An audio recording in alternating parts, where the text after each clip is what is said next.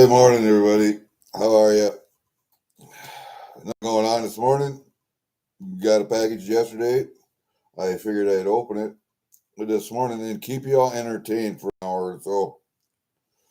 My middle daughter is home. I'm babysitting her dog right now. Siobhan is out there laying it, looking at me. Um, her grandma, my mother-in-law is not doing well. We'll probably pass in the next couple weeks. And they're just up here taking turns taking care of her. So when my wife is working, her sister will come over and help, or my wife's sister, my sister-in-law, will come over and help with her mom. And if both of them have to work, then I have my daughter from Waterloo that comes up and helps, or my daughter from Forest City that comes over and helps. And so they're both here this weekend taking turns, while my wife and Mary Jo are either working or got other stuff to do. So anyway, my thumbnail. Let me explain that one. When I was in the 12th group, I served with a guy called Matt Donovan, and he was the son of the guy that owned Donovan Demolition here. Was it in Illinois? Was it an Illinois company? But anyway, the guy, the American in the picture with the Afghans, looks like Matt Donovan. So I kept that picture. I screenshot it off the internet and kept it. I don't know if that's Matt or not, but it sure looks like him. So I kept it. Matt Donovan, if you're ever see my videos, give me a call, dude. We'll talk. Anyway, I have one package from the Coin Crew to open. So I thought I'd do that and keep everybody entertained this morning. And I know probably Mrs. Coin Crew's not at work. She might be at work, but I don't know. And last night I was on the social hour with MLZB. Of course, I won nothing. No position on the card and nothing there. Then went to Steve looking for silver. Got in a few races. I did win one race. Whose was it?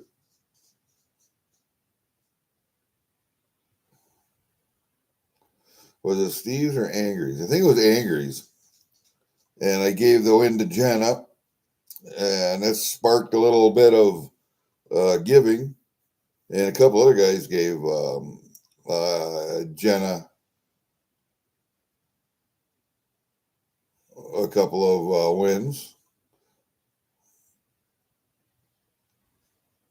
And then I won one other one on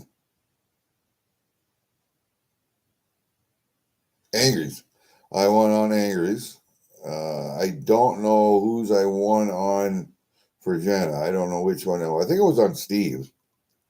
But my luck has been just shit lately for winning races. I'll win one, but just here and there, spending $100 on spots and win one, maybe win none. It's just been shit lately. I don't know. Can't figure out why. Is it my attitude? My mood? I don't know. But yeah, it kind of makes you wonder. Luck. It seems like luck runs in streaks. CC was winning a whole bunch of times a year ago or so, and then lately it's been Stackan and Batman and who else? Skullthorpe?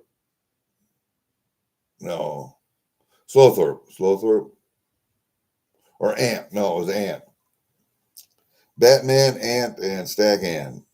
So I don't know, man. Hey, good morning, Fervid. God, I still haven't got those lists made up for you. I still haven't got shit made up for you. I'll get it there. It's just there's so much other stuff going on right now. I really would like to get one more load of dirt taken down to my daughter's place in Waterloo, but she's up here taking care of her grandma. So I don't know if we'll get that done this fall yet. I would like to. I finally got my shed kind of cleaned out so we can get trucks back in there to haul deer in. I have to go out there today. I have to go out and clean up my butchering room, put all my panning stuff away because that's my panning station out there also.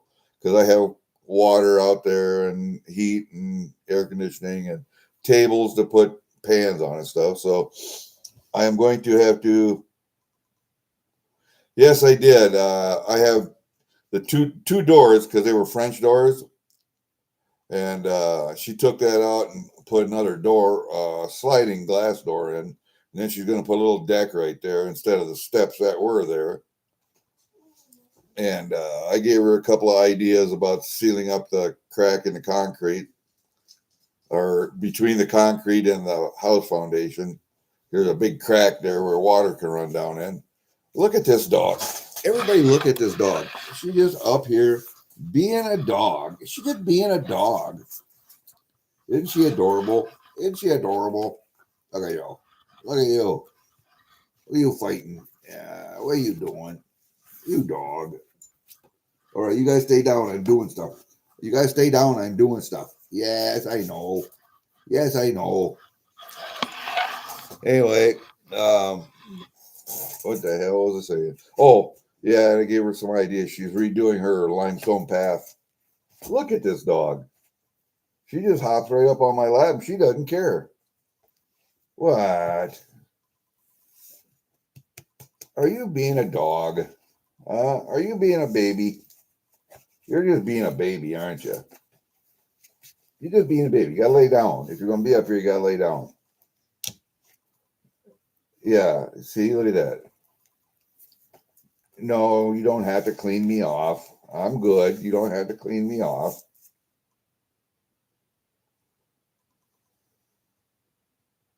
She's looking at herself on a monitor. I thought it's kind of funny. You're a good dog, ain't you? Yeah, you're a good dog. This is Siobhan. Siobhan. We call her Shivy. Shivy, yes, oh Shivy. Yes, you do, Shivy. Yes, you do, Shivy. You do, Shivy, dog. All right, you're gonna have to go down. Oh, you always licking, mate. You always licking. You always licking. You're a good dog. You're a lovely little dog, ain't you? You're a lovely little dog. All right, you're gonna have to go down. You're gonna have to go down while I'm doing this. You're gonna have to go down while I'm doing this. Goofy little dog. You goofy little dog. All right, go down. Come on. Let's go down. Come on, you gotta have to go down. Come on, go down, jump. All right. Yeah, I should just randomly, and I taught her that while I'm sitting here in front of the computer and my feet are up. She'll just randomly come up and jump up on my lap and lay down. It's just funny as shit.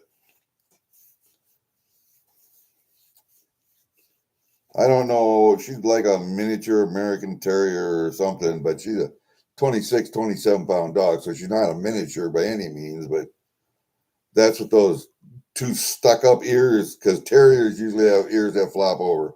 Hers go straight up in the air. And that's indicative of a miniature American Terrier. But, and like, she's unlike most terriers because most terriers you bob their tails. She's got a full tail left. So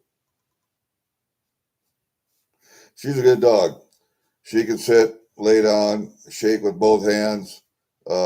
She waits for a treat. You get her to lay down, tell her to wait, put a treat down between her paws or on her nose or on top of her head or anywhere. Tell her to wait until she gets a go signal. She'll just leave it alone until you. I mean, you can go in the other room, take a trip outside, and come back, and she's still waiting. But starting to teach her to play dead. She already knows how to roll over, but to play dead and completely relax, that's a whole new thing. She's getting it. She's getting it though. My daughter is a hell of a dog trainer. I'm serious, man. She's a hell of a dog trainer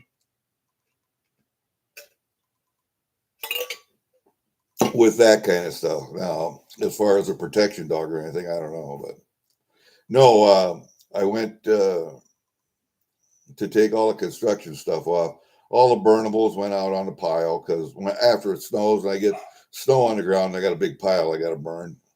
Um, but French doors are metal encased wood, so I have to take the metal all off, the hinges and the door handles and all that shit off, and throw that in the metal pile, and then I can burn the rest of it.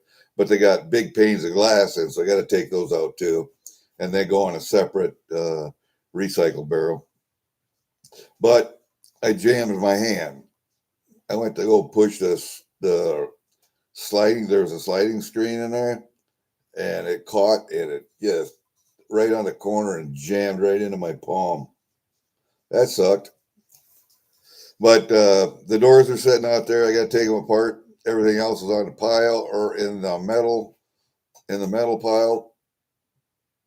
Got my shed cleaned out for deer hunting. I got to put a stake in the ground for skinning yet.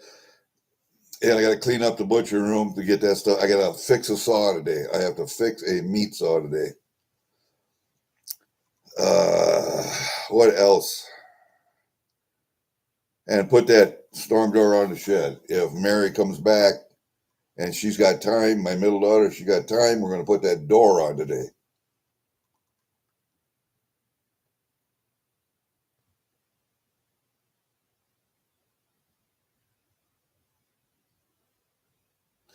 Here's the deal with that dart thing. You stick it up the anus, but what you have to do is you still have to cut around all the muscles around the anus up in through the pelvic girdle in order for that thing to work. And then you have to cut it off on the inside to pull it out. Well, you do that. If there's anything left in the intestines or anything left in the lower colon toward the anus, then you cut that and then you got shit on the inside of your carcass. I would rather cut it inside and outside all the way around and pull it out of the inside and then drop all the guts out at the same time. That way you're not getting shit or piss on your meat that you have to wash off. Yeah, and why go through all that work? You don't have to do all that work. It's like gut hooks on a knife. It was a great idea, but they're fucking absolutely useless. Yeah, go ahead, try and sharpen one if you don't think so. Here. It's about all you need to gut a deer. And I can cut all the way up through the rib cage, up into the neck, all the way up to the chin, take a larynx out, everything. I can clean the whole thing out. Cut around the anus on the outside as far as you can reach, on the inside as far as you can reach. Pull that up, pull it out. And if you really need to, on a doe especially, you can take this and get it right in the little cartilage right between the pelvic girdle. That down, cut up, open up the pelvic girdle, everything can come out. It's a little bit harder on a buck, so you have to go around and around and pull it out from the inside. But that's about as big a knife as you need. All it needs to be is sharp. It don't need to be big. I've actually skinned deer with a little 2-inch folding Gerber knife. As long as you know what you're doing, the tools make the job easier or harder, but they still get the job done. That's all. Yeah. When we get some deer this year and we got a gut, or we got a gut and skin, I'll probably do some videos. I can't do lives in the shed because it's a steel shed, so I don't have any coverage in there. But as far as gutting, I can do that out in the field. Not a big deal. And the thing is, we have a hydrant right up here with a hose and a sprayer on, so you just hang it up on a bucket of the skid loader or tractor, take it up the hydrant, spray it out, wash it down good, scrub it. If you get shit all over it, leaves, bark, dirt, sand, wherever, then you can wash it all off. All right, here's what we got. We got this bad boy right here. But fervent. Let me entertain you here. Small Canadian collection. Hold up here a second. I gotta make sure that all small Canadian. That's all small Canadian. Where's that other penny book? Here's the other penny book. So I don't collect American cents. I got another penny book here. Where the hell I got it, I don't know. And this one's got everything in. They started it in 1959 or 18 something. And there's one penny missing on that page. And a bunch of pennies on the back page are missing. But that would be the older stuff. This is one of those books where people wrote in it. So I would think you would throw the book away and then keep the pennies and put them in a different book. Let me look here. Canadian pennies, Canadian pennies, Canadian pennies. Where are them other ones at? What do they do with them? God damn. That's all the Canadian pennies. Yeah. Now I don't know where the nickels went. Oh, it might be here. Here. Here's the other one for it. Jefferson nickel collection I got from somewhere. And that's got most of them in.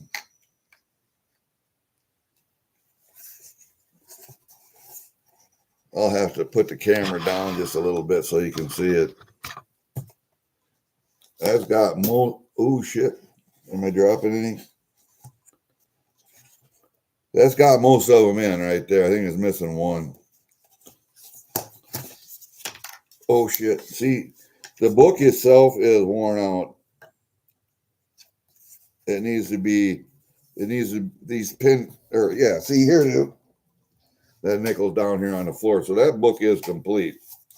And see, there's a nickel keeps coming out all the time. So this is actually a worn out book.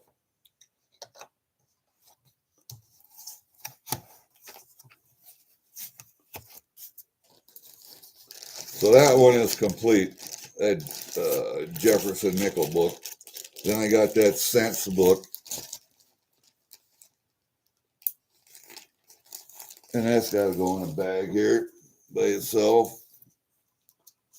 I thought I had another one, but I might not. I don't know. Because that's all Canadian stuff, I believe. Let me look. Let me look. Canadian, Canadian, Canadian, Canadian, Canadian. And then I finally got my nickel books. Finally got my nickel books to start getting that stuff. Okay, here's another nickel book here. Let me see if these are American or Canadian. These are Canadian because I was going to redo this book. This should actually be American nickels in here, but they use this book for Canadian stuff. So I have to redo the books. But yeah, there's some good nickels in here. There's just two missing. And those are the 1925 and 1926. And Block tells me that those are the expensive ones, but those are the two that are missing out of that book.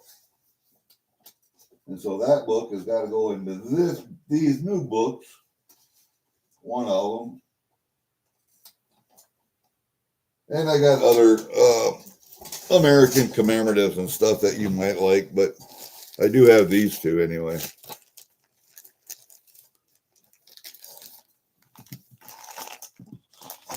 It all depends on what you like for American. Those pennies and nickels, you would probably like, but I don't know. It's I got to get that goddamn thing done.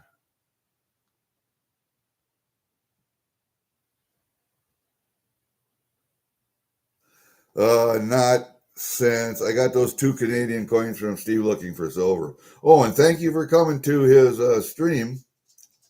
For coming to his stream the other night.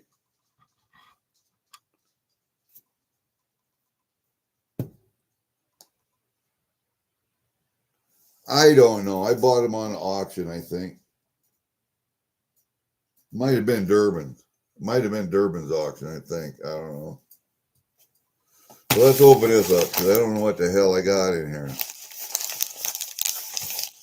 I have been trying to not buy as much stuff because I need to pay off some bills. So I've been trying to go a little bit less. I think, what did I buy on Durban? Oh, my Canadian large pennies. I'm missing the first one yet. Hold up a second. Oh, these are small cents. Where are my big pennies? That's down there.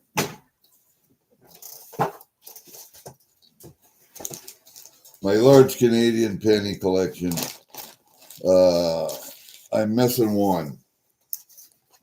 On this page, you see right here, I'm missing this one down here and this one right here. This one I got from Durban's. It's not here yet. It's coming this week. This is the only one I'm missing right there. Look at that. 1858 is the only one I'm missing. I just got this one from Durban's. Other than that,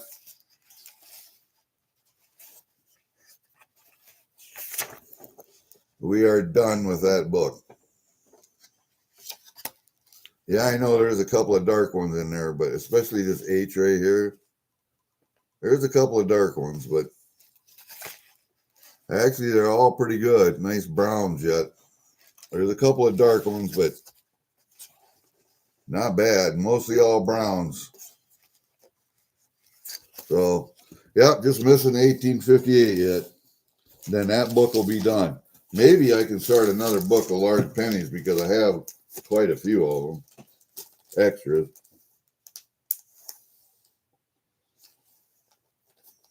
And then upgrade or whatever, but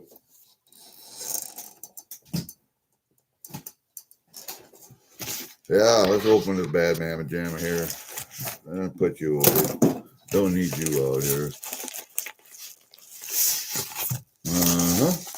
That's it for there. Oh God, I just love it sometimes. My luck has been, like I said, shit lately. Nuts and bolts auctions, Dallas, Texas, huh?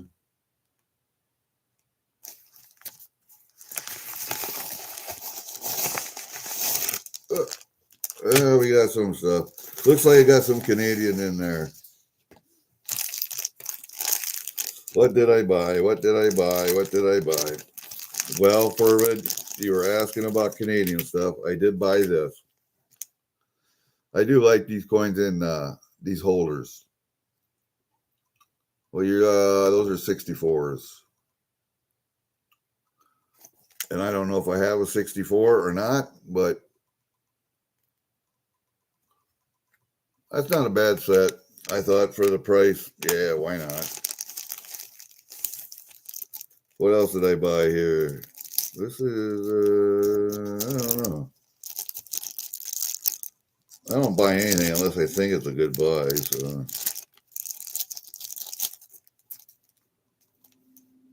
IGR Silvergram, a 20-gram bar.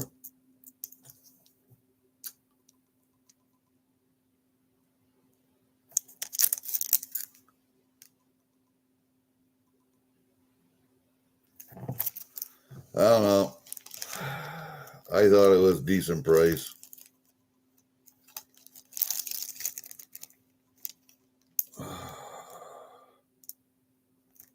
Two, 4, 6, 8, 3, 6, 9, 250. So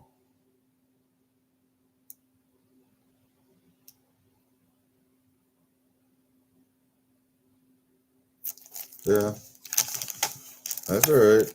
I can handle it. I can handle it. And then what else we got in here? Oh shit! I got a couple of Eagles. It looks like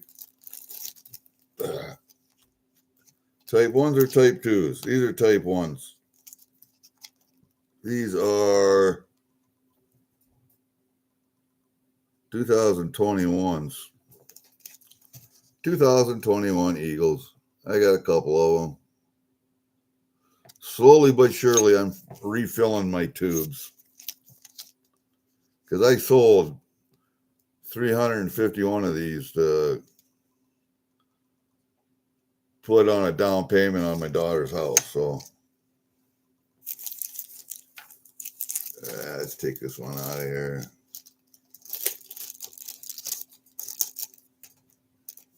We'll just lay that right there, like this, like that. And then I got a little loaf here of some type or another.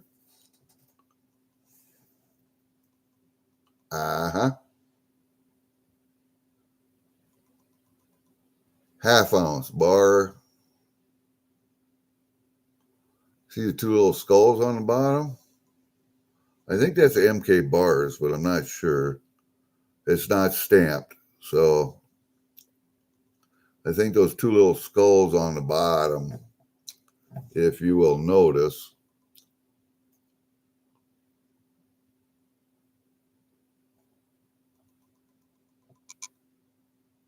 See the two little skulls on the bottom? I think that's MK bars, but I'm not sure. It was cheap enough, so I bought it. How much was it? 14,154. Yeah, would have been $54 an ounce, $27. But it's silver, so who gives a shit?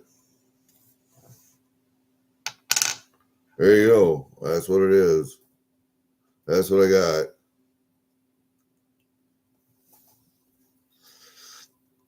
Yeah, this set was real good looking, I thought. I get them especially for this piece right there, for the 50-cent piece. Seems like the 50-cent pieces are the hard ones to get anymore. But a lot of the older coins, old nickels, old dimes, and I missed Durbin's auction yesterday because my daughter, my youngest daughter, needed me to go over to her house and pick up that construction shit and bring it home. So I missed Durbin's auction. There was a couple of old dimes on there I would have liked to have had, but whatever, I'll get them.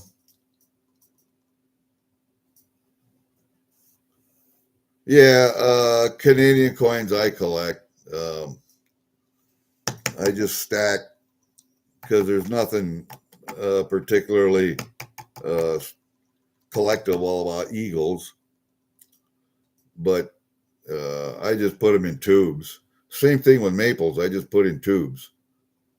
I think I have. I might be one tube short of a monster box of maples,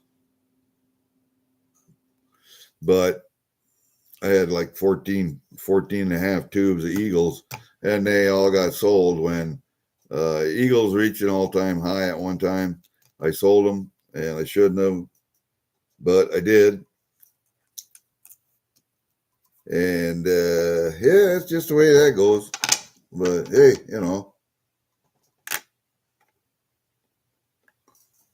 I try to balance my collecting of coins, collectible coins, and my stackable stuff.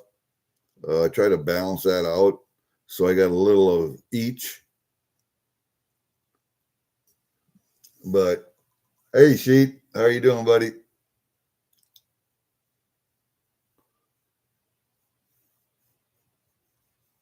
Hey, David's here.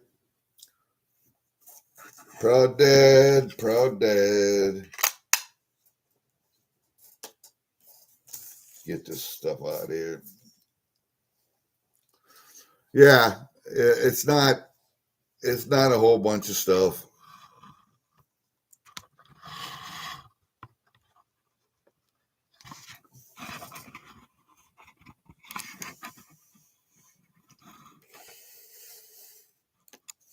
It's not like it's a whole bunch of stuff. It's some stuff. Um, I belong to.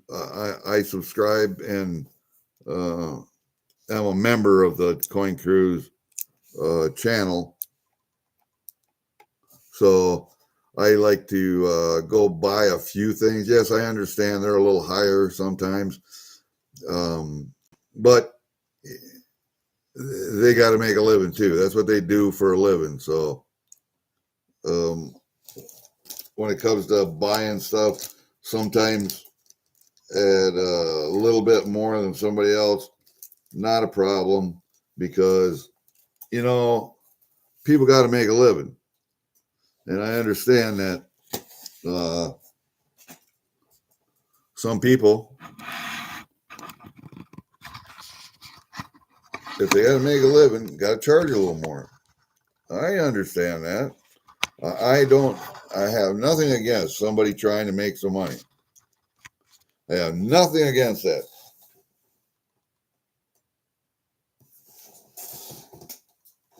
Oh, look what I found the other day. I was going through my stuff. Anybody realize what that is? Anybody know what that is? It's a squirrel call.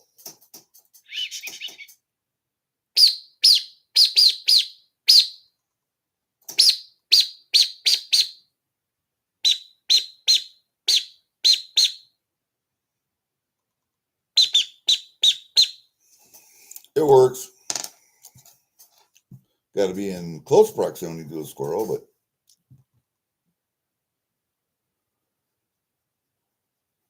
yeah, I know people. People do coins for a living, and they got to make money. So I don't mind paying a little more sometimes for coins that I'm going to collect anyway. So it's like buying local. You know what I mean? I would rather pay a little more here in town because I know these people have to make a living than go to a big box store someplace and pay a little bit less. I have to drive further. So, I mean, the cost comes out about the same. So, why not support your local people that have to make a living instead of a big box store? Ah, man, I don't know. Sometimes people's thinking um, just kind of makes me wonder, but I don't know. Need coffee, all right. You know what? I'm getting down there to about a third of a cup too. Yeah, we might be a dying breed. People think that price is everything. It's not everything. It's not everything. Yes, I realize that Keith a lot of times charges a couple bucks more per item than where I could get it elsewhere. But he makes a living. Him and his wife make a living doing this, so they got to make a little more. And I don't mind. If I'm gonna buy it someplace else anyway, why not get it from them and support them? Whatever.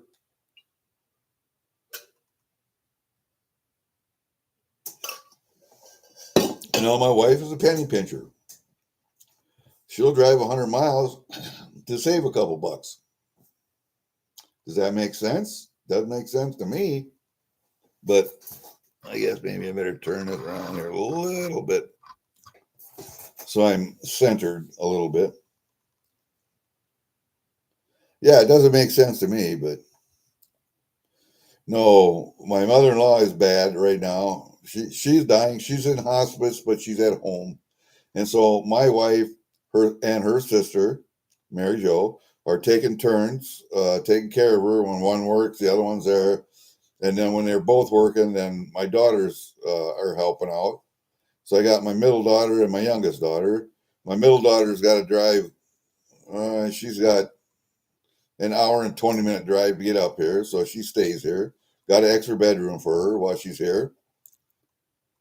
Or my youngest daughter, which lives about an hour away, um, in the other direction. She's over there this morning, and my middle daughter is going to go borrow uh, not a dehumidifier, but a humidifier for her bedroom because her room is so small. It gets dry. It's dry in there because of the heat, and her nose gets real dry. So she's going over to get her a little humidifier from a friend of hers, and then she'll take it over to Jane's bedroom for her. But yeah, she's going to pass here in the next couple of weeks, and you know she's not getting transfusions, whole blood transfusions, or platelet transfusions anymore because they were giving her transfusions every other day. And finally, the doctors had to have a conversation with her and her husband, Alan, just saying that's all we can do. We can't do any more for her. You're gonna die. That's it. I mean, get that through your head. Realize that you're at the end of your life, and you got to have that conversation. Uh, Nobody wants to hear it, but they have to hear it. So that's all taken care of. That's all done. She's just waiting around till the end. Her husband, Alan's trying to stay busy, but I don't worry about her passing. I worry about him when she passes because he's an old farmer. He's never been, uh, he's never had to cook for himself. He's never had to wash his own clothes. He's never had to take care of a house. He's never had to do that stuff. Always worked outside, you know. And so, how the hell is he going to take care of himself when she passes? That's the thing I look at.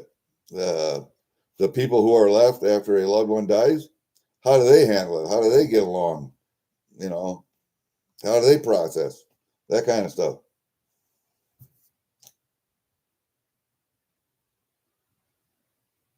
Yeah, Sheet, I understand, man.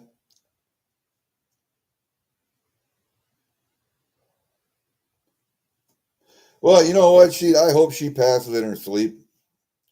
Just real gentle into the night. That's what I hope. That's what I hope happens to me. Um, so, I guess there are two ways of looking at it.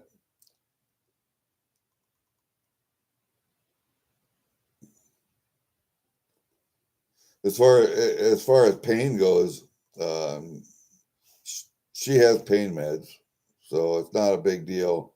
Me, I've lived with pain almost my entire adult life, excruciating pain. So I don't think you can do to me anything more. So it doesn't really matter. But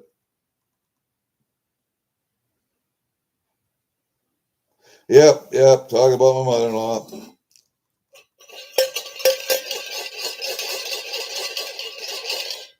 My wife thinks just because I don't talk to her about it, because she's invested emotionally that way. It's her mother. Uh, that I don't feel anything for her, but I do. It's just I don't talk about it. It's like when my mother was dying and she died, I didn't talk about it either. I went to the funeral. I put a handful of dirt on her casket when we buried her. I walked off by myself. I had a few tears and then I came back. That was it. Done.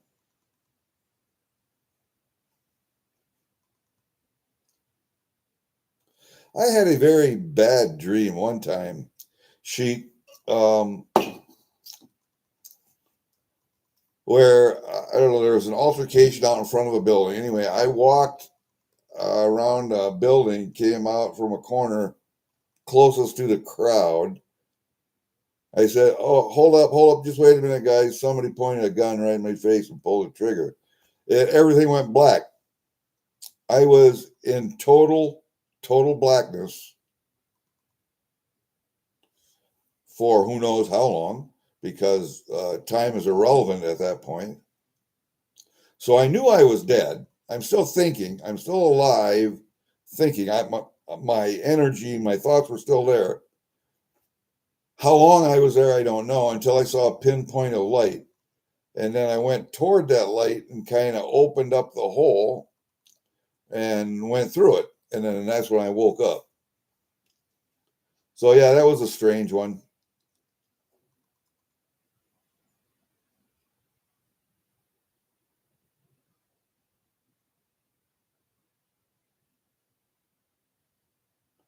Yeah, I know. I had a lot more emotions when my niece that was in the Navy committed suicide and I got the news. I got real emotional then, um, because when she was in high school, she asked me and my stepdad's, would have been her grandpa's, step grandpa's, opinion on, she was going into the military and wanted our opinion. And I told her either Air Force or Navy, because she could learn a trade when she got out. It would be useful. And she was an electrician's mate in the Navy on the George Washington aircraft carrier. And then they went into dry dock for a couple years because they had to take out the nuclear reactor, replace it, and then refit and refurbish a ship. And so they're on land. On a base for a couple years until that happens, and they really have nothing to do. And it was a domestic situation, and she hung herself. But I blame a lot of that on toxic leadership, also of the ship. The commander, the second in command, got relieved because there were like 10 suicides, 10 or 12 suicides from that ship all in the same year. So I don't know.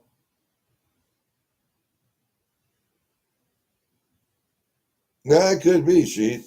I don't smoke a large amount. I smoke some every once in a while.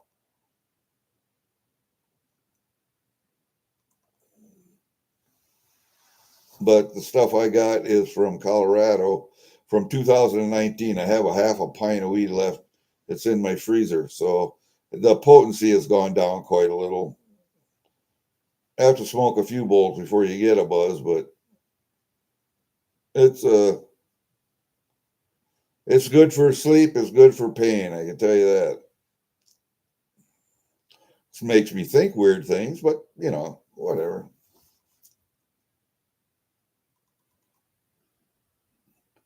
Yeah, that carrier had a real problem with leadership.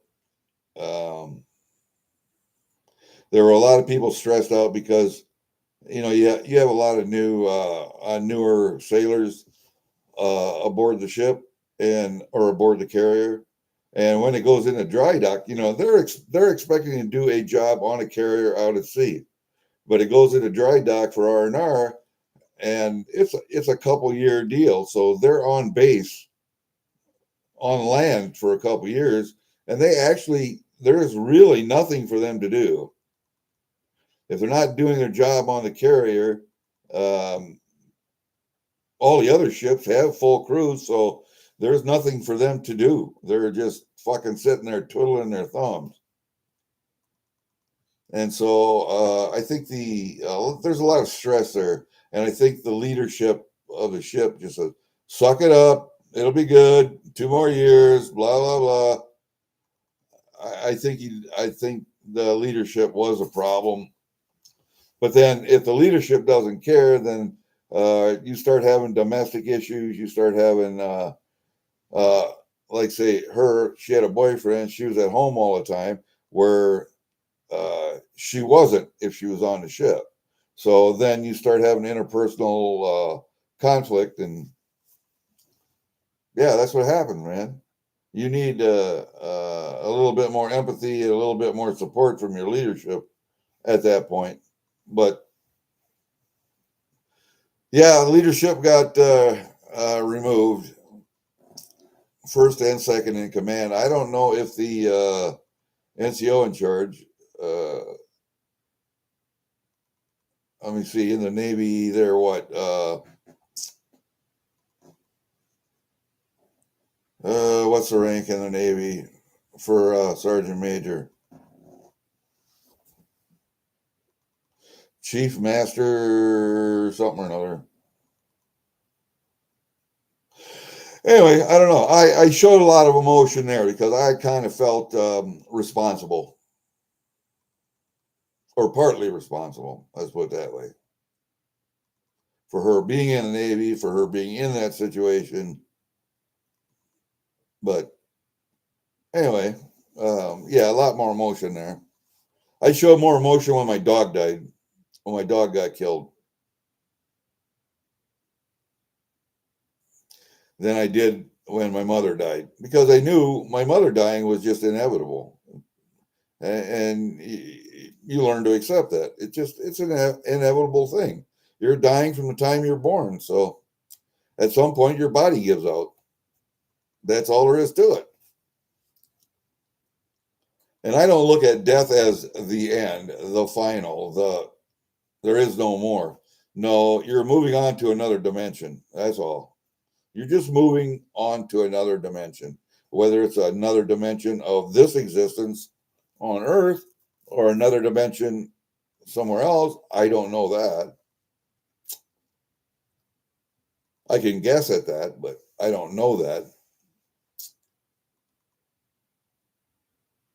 But just from my dreams, what I've experienced in my dreams, your energy goes on. You're conscious. You are a conscious, but you're not conscious of time, because time is irrelevant at that point. You're immortal at that point. Let's put it that way. You're immortal. You're immortal at this point. Your body may die, but your aura, your spirit, your energy lives on.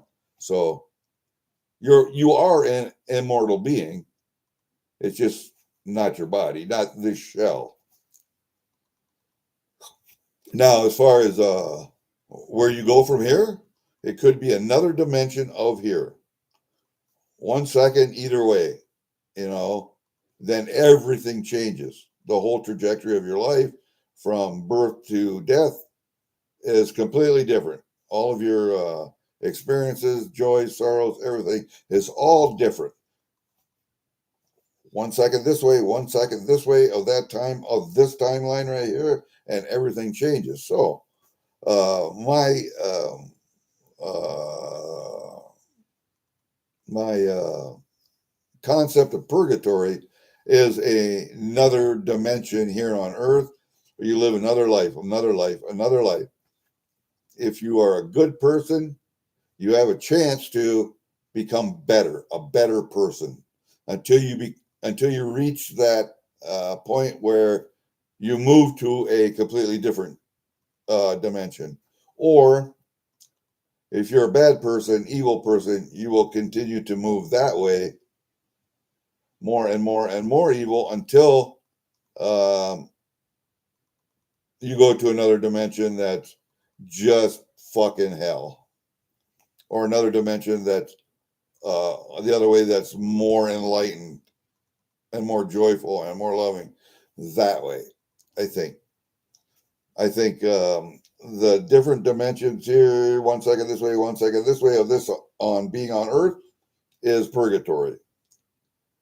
One or going one way or the other. is purgatory here on earth. But that's my understanding anyway, or my opinion, or my concept, thoughts, whatever. But yeah, okay. You don't drink or smoke tobacco? Well, I drank for many, many years. I was a functional drunk, and I quit. What, 2 years ago? 2 years and some years ago, um, drinking alcohol. Um, and has life been better? Not for me, but for the people around me, it has. So, smoking, I don't smoke cigarettes.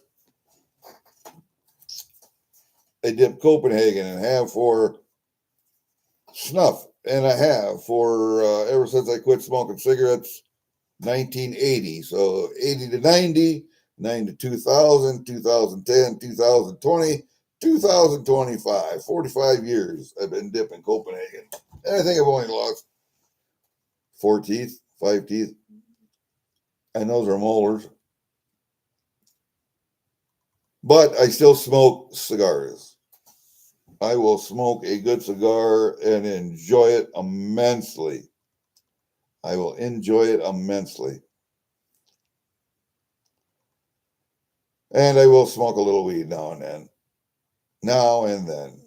Every very so often, but not much. Not much. So, I got a couple bad habits yet, but am I ever going to get rid of them? Nope, probably not. Think I'll smoke good cigars until the day I die. I probably will give up Copenhagen at some point, but you never know. All right, well, is that about all we're going to do today? That's about all we can talk about today, I think. Life and death and whatever. Well, thanks, M4D. That means a lot.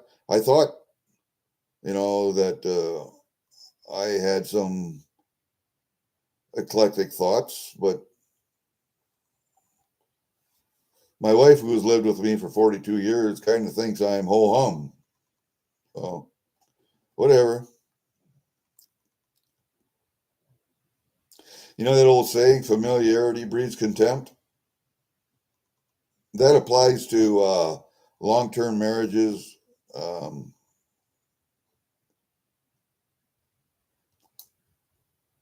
real long term friendships. I think more so with marriages because two guys in a long term friendship, um, I don't think would have any contempt for each other.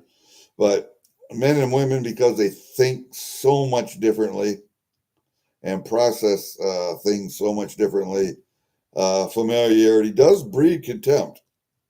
Does breed contempt. Or at least that familiarity gets taken for granted. So that's just the way it is, man. That's human. That just shows that you're a human. Yeah, I know. Up and down, up and down. So, and that's the way it was back when it was $30 too. It wasn't as violent as quickly, but it still did it up and down, up and down, up and down. And that's the way it will continue for how long?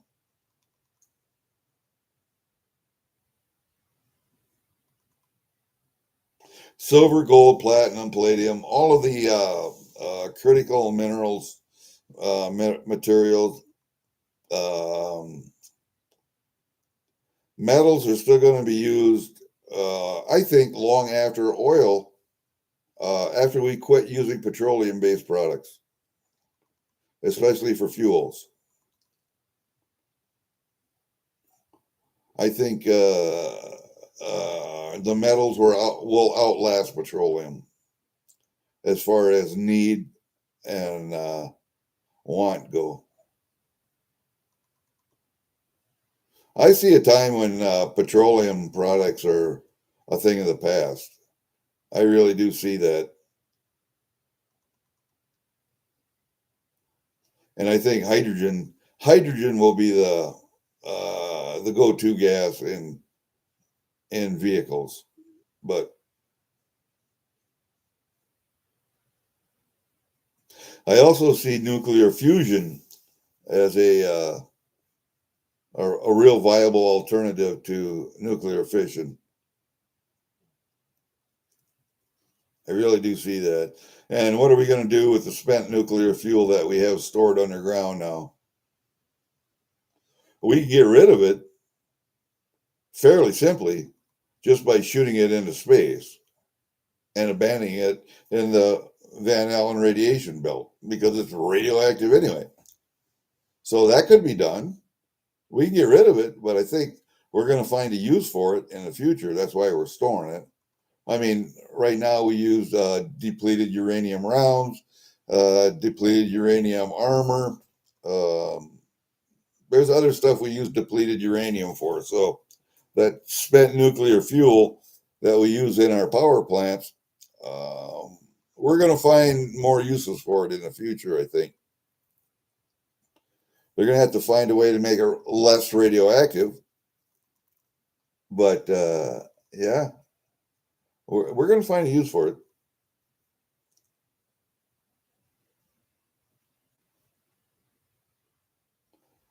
Yeah, I just keep buying also for it because um, I look at it like this: dollar cost average. The silver I'd buy today, let's say at $50. Okay, so I buy 250 ounces at $50. What do you got? 0, 0, 5, 2, 10, 12, 125,000. Is that what it is? Let's see. 250 ounces at $50. $12,500. So you spend that much this year, and you have to look at your timeline also. In 10 years, what's that going to be? 60, $70? So you just continually buy every year, maybe not 250 ounces, maybe 50 ounces.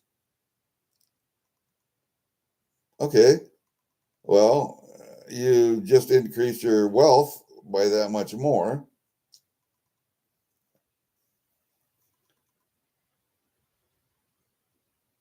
A dollar cost average. You buy a little bit, little bit, little bit, little bit, little bit, and eventually over time, you're going to make money on it. Sure, are there times when it'll go down and stay down for an extended period? Yes, it will go down and it will stay down, but not, I don't think for extended periods like it used to do. You know, when we started stacking silver, I started stacking silver back, oh my God, in 86. And I didn't buy enough back then. I bought some, but um,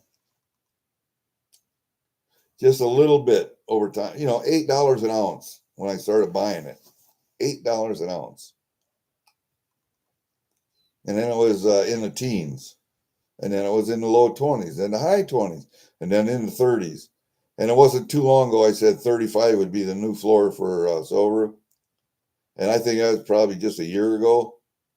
And what are we at now? Anywhere from 47 to 52, 54.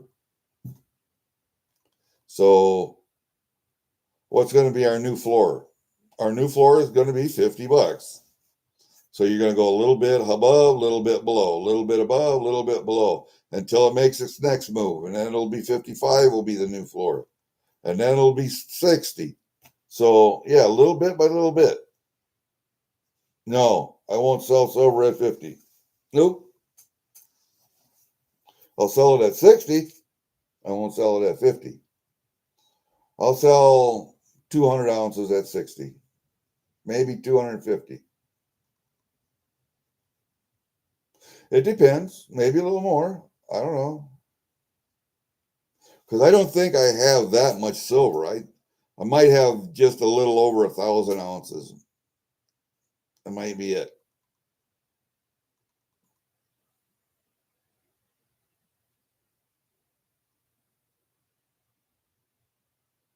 Yep. You sold 100 at 50, huh? I had 250 ounces out, sorted out and boxed up, and I was going to take it up to the LCS when it was at 50, but he was only going to give me 44. I said, no, I want to net 50. So what's it got to be for me to net 50? Well, it's going to have to be about $55, $56 for me to net 50. Well, if it's going to be 55, 56, why not 60? I don't know. I haven't sold yet. I haven't sold yet.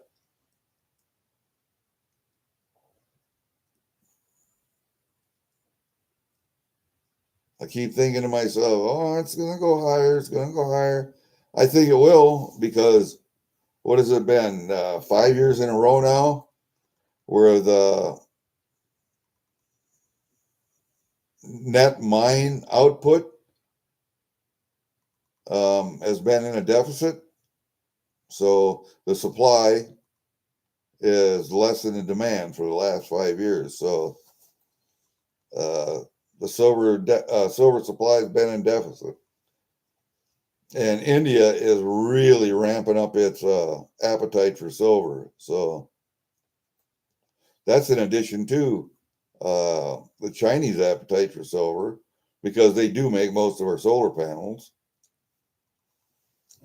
and batteries as far as that goes. So, hi, Jenna. How are you doing, dear?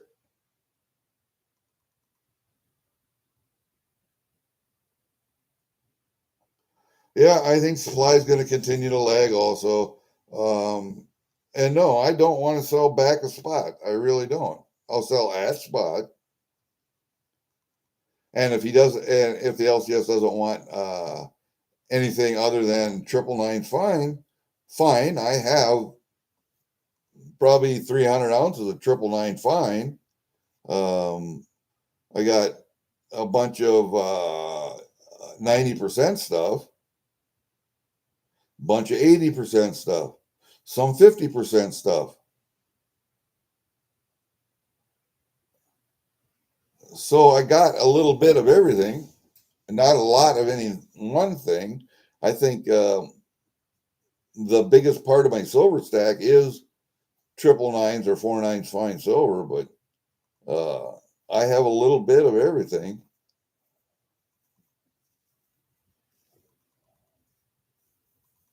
No, I don't want to sell back a spot either. If I'm going to sell you 999s or 49s fine silver, I want at least spot price.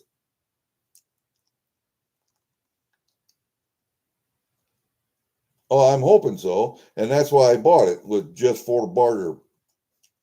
Just for.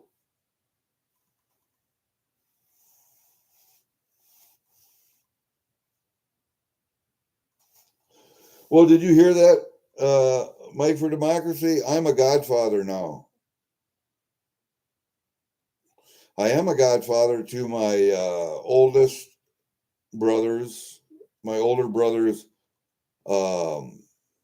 first daughter, Randy. That's his oldest child because we share the same birthday. And I haven't been a godfather for anybody since then. So now I'm a godfather.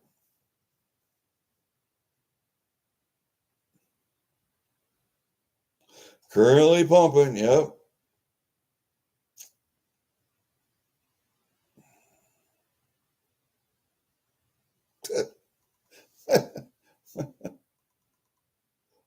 A lot of people don't go la la la la la. They don't want to hear that. They don't want to hear people talk about episiotomies or breast pumping or uh, other stuff to do with bodily functions or surgeries or babies. You know, a lot of people just don't want to hear that. But I mean, it's all life. You should be able to talk about that just like I can talk about those guns right over there. I mean, it's same thing. You know.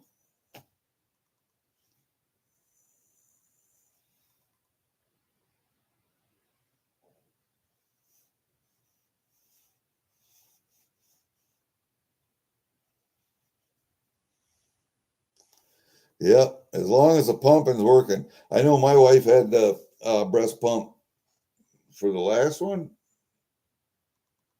or for the two last ones. Might have been for the two last ones. I know she nursed, but as she got older, she wasn't producing as much because we didn't start having kids until she was 37, going on 38. So I was, no, I was 37, 38, 38. I was 38. So she would have been 35 when we started having kids. So I would have just turned 40 when we had the last one. So she would have been just turned 37. So she was actually slowing down producing. So she had the breast pump too. So not a biggie.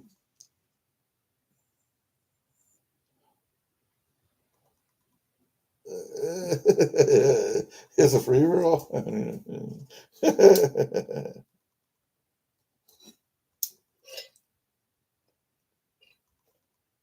It doesn't bother me in the slightest, Jenna. Not in the slightest.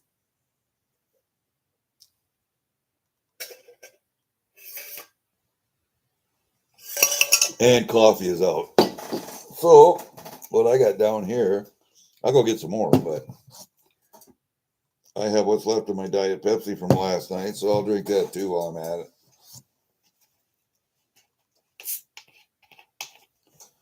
All right. What are we going to do? What are we going to do? What are we going to do? Hey, Jenna, have you seen who I'm babysitting? Siobhan. Siobhan. Siobhan. Where are you at? You sleeping?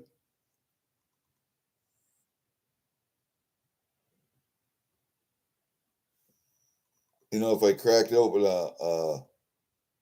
a package of something, you want to know what are the fucking bomb? The bomb? These things right here, Reese's dipped animal crackers. These fucking things are the bomb, man. You start eating them, you can't stop. Let's see if I can get the dog out here.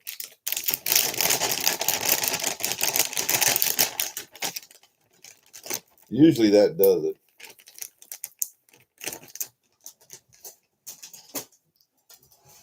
Those Reese's dipped animal crackers, oh my God. My daughter says they're like $10 at Farm Fleet, where she lives down there in Waterloo. She brought up 4 bags 2 weeks ago. But she brought up 1 bag with her that she was eating on. I tried them. Oh, fuck. Bring 4 of these up the next time you come. I'll pay you for them. They're $10 a bag. And then this last time she come, I said, bring 4 more bags. She said, well, you said 2, so I brought up 2. I was, oh, fuck. I mean, I'll get tired of them eventually, but man, are they good. Oh, they are. Jenna, you can't quit eating them.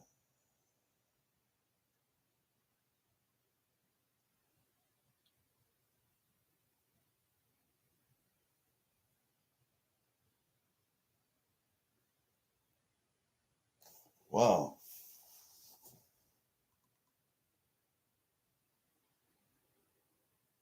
Oh, okay. No problem, Jenna.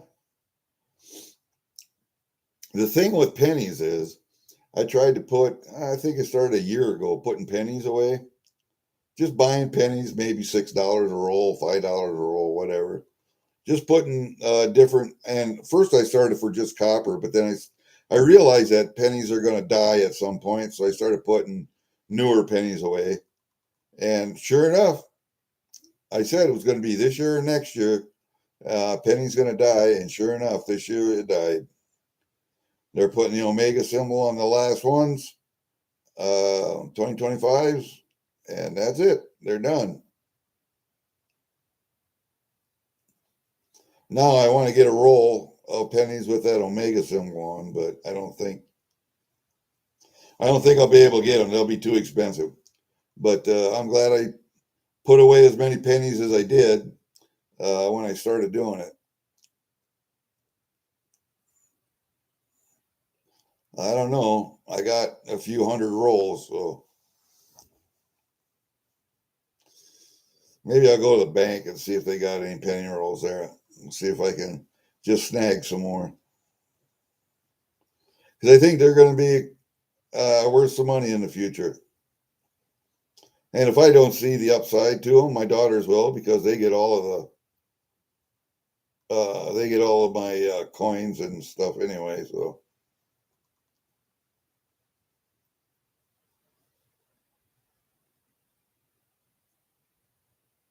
yeah, it will be kind of interesting to find out how many Omega cents get minted, because there's going to be a hell of a collector demand for them. So if the mint was smart, but is the mint ever smart?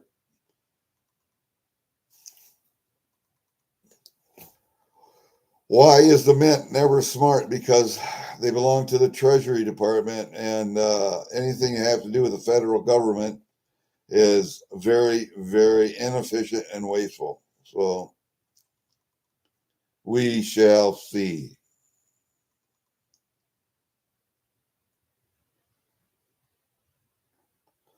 Yeah, they're still worth a penny, but can you use them in commerce anymore? Can you still use them in commerce?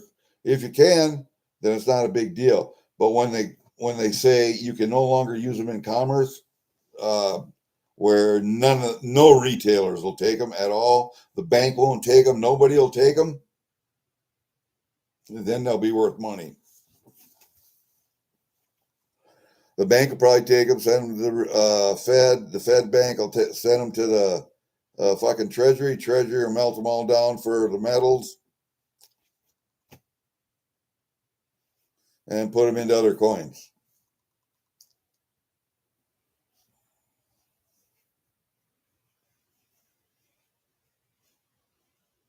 Yes, yes. And that's what fucking coins and collecting coins and silver and gold is all about. You save it till you need it. It's a savings account. So he did the right thing, you know. He saved them for years and years in a jar, and when it got so full and you needed stuff for the baby, sell them, turn them in. Probably would have got more if he'd have just sold them on eBay, but you know, taking them to the bank, you still got the currency for them, you know. So, but that's what stacking that shit's for, man. So you use it later at a later date. It's a savings account.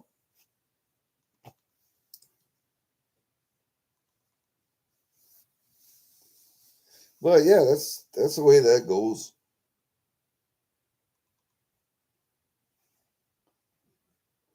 Fervid, can you still use your pennies, take them to a retailer and say, I'd like to, you know, you got $6.52 worth of shit merchandise. Can you give them 2 quarters and 2 pennies? Will they accept it in your change? Do they still give pennies in your change, or do they round everything to the nearest nickel and say we're not taking them anymore? That's when the collector value goes up.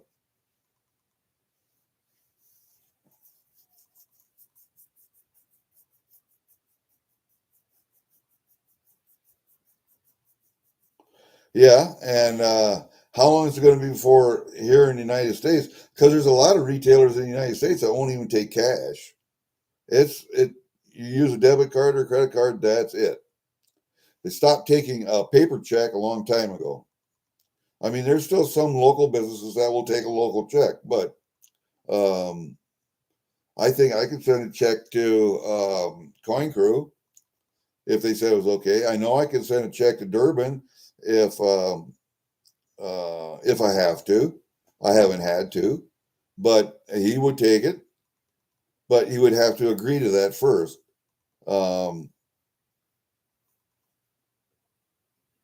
Like what is it, SD Bullion or Money Metals Exchange? They have a certain price for if you use a debit card, credit card. They have a certain price if you use cash or check. And you can say, okay, I want to buy this. Check out, check out your cart and just say, I'll send you a check. They want to have a check within 3 business days. Okay, so you put it in the mail that day and send it off. And when they get the check, they say, okay, we received your check. We're holding your merchandise until the check clears. When the check clears, then they send you your merchandise. And you get so many cents off or $1 off by sending them a paper check instead of having to have them pay the card processing fee. So there are still businesses that will deal with a paper check, but a lot of people won't. Like in my hometown here, where there's like 4,000, 5,000 people, Quick Start, Quick Trip won't take a check. Casey's won't take a check. Any of the big national chains won't take a check. Hardware Hank or Larson's Hardware, they will take a check. Matter of fact, they will give you money off if you give them a check because they don't have to pay the card processing fee. And so the elevator uptown, when I get my 100-pound gas bottles filled, they'll take a check. So there are local businesses that will take a local check, even some national businesses that will take a paper check yet. And I will utilize that if they give me money off for doing it.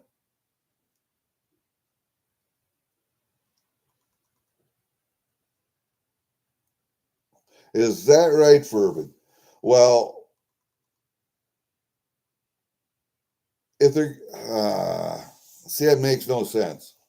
If they do it one way, why not the other way? Blah blah blah. But because they want to do away with the penny, because the penny costs so much to fucking actually manufacture and make, I can see why they don't want to put it into circulation. Okay, and so the retailers won't take it because there won't be that many in circulation. They'll eventually all go away. But why do they keep rounding, or why do they keep charging you a penny then? Because that extra 1 or 2 cents or 3 cents or 4 cents on your cost of an item is just that much more you have to pay in a processing fee.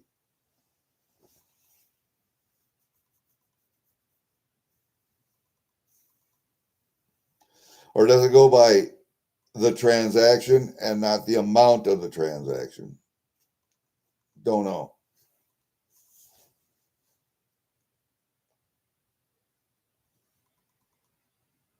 Yeah, that's just what I was saying, Fervid.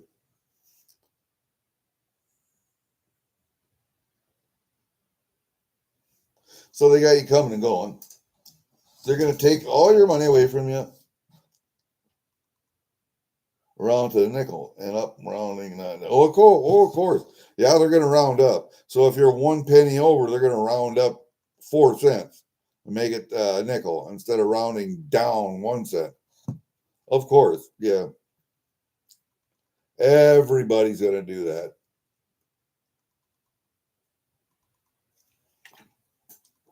Everybody will do that.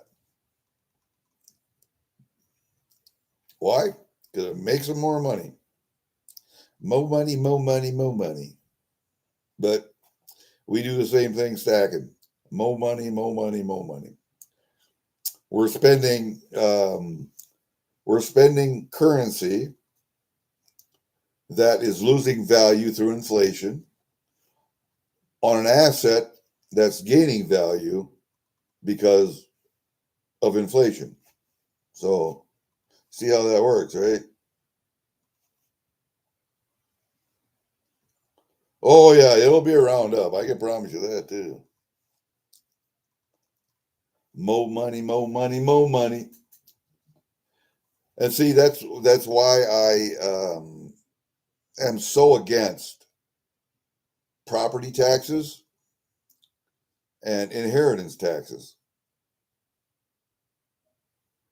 They're going to get their money a different way because the person who inherits, say, they inherit my property, um,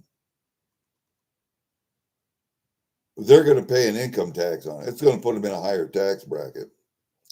So the government's going to get tax money that way. So why do they have an inheritance tax? And I understand now the inheritance tax, the floor is way up there. Like, I don't know how many millions of dollars, $4 million or whatever your estate has to be worth before they give you an inheritance tax. But why? That's how generational wealth was built when the country was founded and should still be built to this day, is through uh, the accumulation of assets and then passing them onto your heirs, and then they do the same thing. They build on that foundation. That's generational wealth. That's how generational wealth is made, and that's what the country was founded on. So why are they trying to take all of your wealth away from you? Why? Control. It's all about fucking control.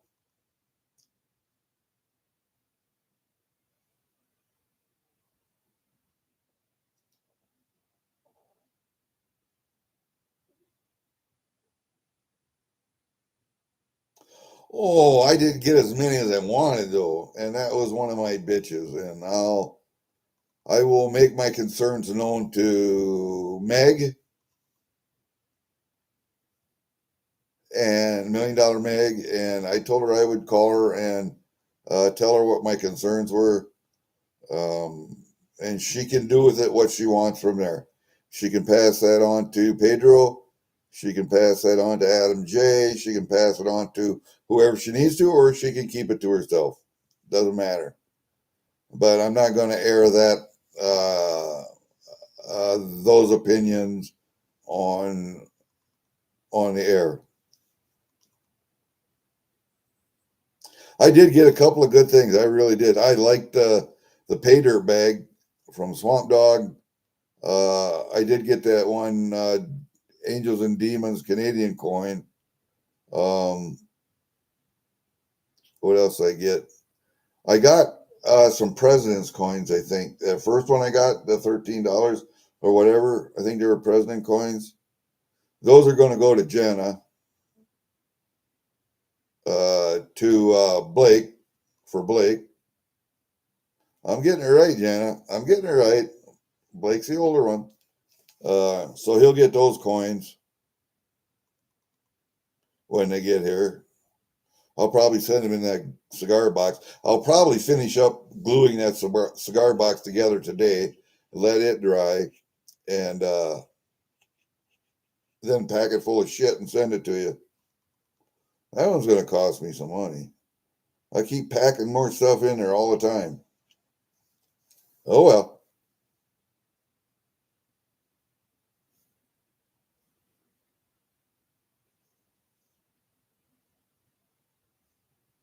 $12 million. What's 12 million? 12 million what? Is that ain't what we raised? I'm not sure. No, it ain't that. But what's 12 million?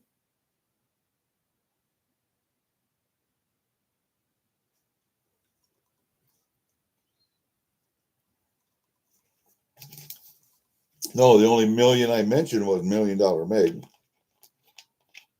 Oh, inheritance tax, young. Okay, gotcha. But and that's only the stuff that has to go through probate, right? Because that's all they know about. Anything else that doesn't have to go through probate, they know about it, but they can't do anything about it. So if you have shit in trust or you have life insurance policies, and see, that's how politicians do it. They transfer their wealth, like say Nancy Pelosi. how much is she worth? How many $1 million? She would have inheritance taxes on that if that estate passed to her, say her son or daughter. But if all that money is in whole life insurance policy, proceeds from a life insurance policy doesn't have to go through probate, so it's not counted as part of an estate. That's how those fucking politicians get away with it. I know that for a fact. You see this bottle right here? If my youngest daughter's dog, Pfeiffer, was here, the pit bull, I would throw this to her and she would sit on the floor and she would gnaw on this. It seems like her whole thing is to be able to try and get this cap off. And she will gnaw on this fucker until she gets it off. It usually only takes her about 10 minutes. I can put this on here as tight as it'll go, and she'll have this fucker off in 10 minutes. And then she just leaves the rest of the bottle. Her whole thing is getting this cap off.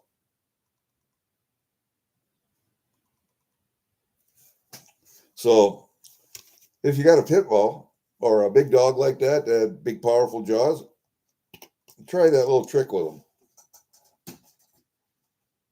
They like that. They do. They like that.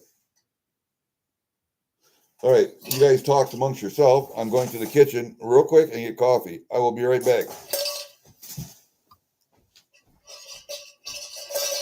And I will talk to you the whole time I'm doing it, but it'll sound like I'm coming through a cave because I have to get coffee way the hell out of here.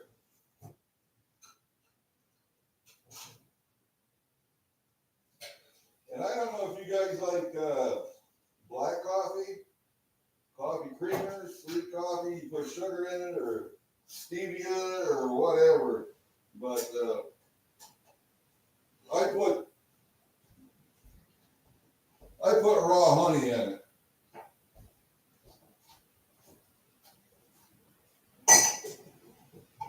And I'll show you something. I don't know if you guys have, and they've probably gone out of business by now, but do you guys have any Hooters down by your places? Anybody got Hooters yet anymore? Remember when it was a big deal? I got a Hooters shot glass. And I actually got a Hooters mug. A beer mug. I think I'm going to give these both to my youngest brother who's got a bar in his basement. I think both of these will go to him. I don't know. I thought Hooters was going out of business, but maybe.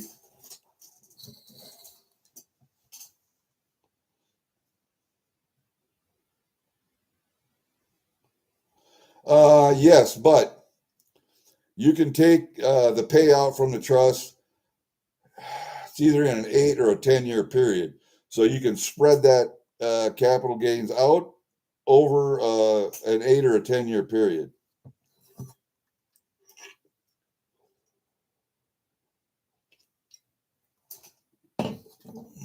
I thought it was 10 years, but it might be 8. Because I looked into that for my daughters also. My wife is not against putting this property, the 3 acres that I have here in the house and everything, into a trust. She is not against that. I think I would like to do that 10, 15 years before I die, because I think it has to be in trust 8 years before nursing homes or the state or fucking Medicare or whoever can't take it, can't get their grubby little mitts on it.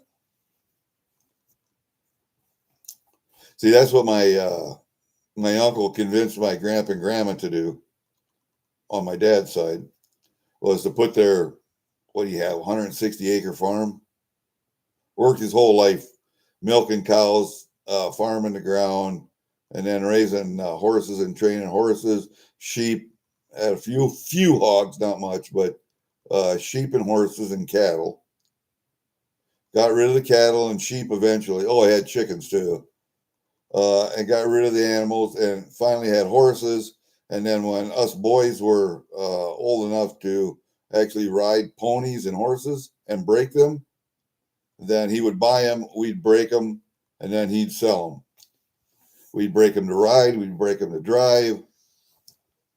You know how many times I got thrown off a horse, or how many times I had underneath a wire and into my mouth, or stepped on, kicked?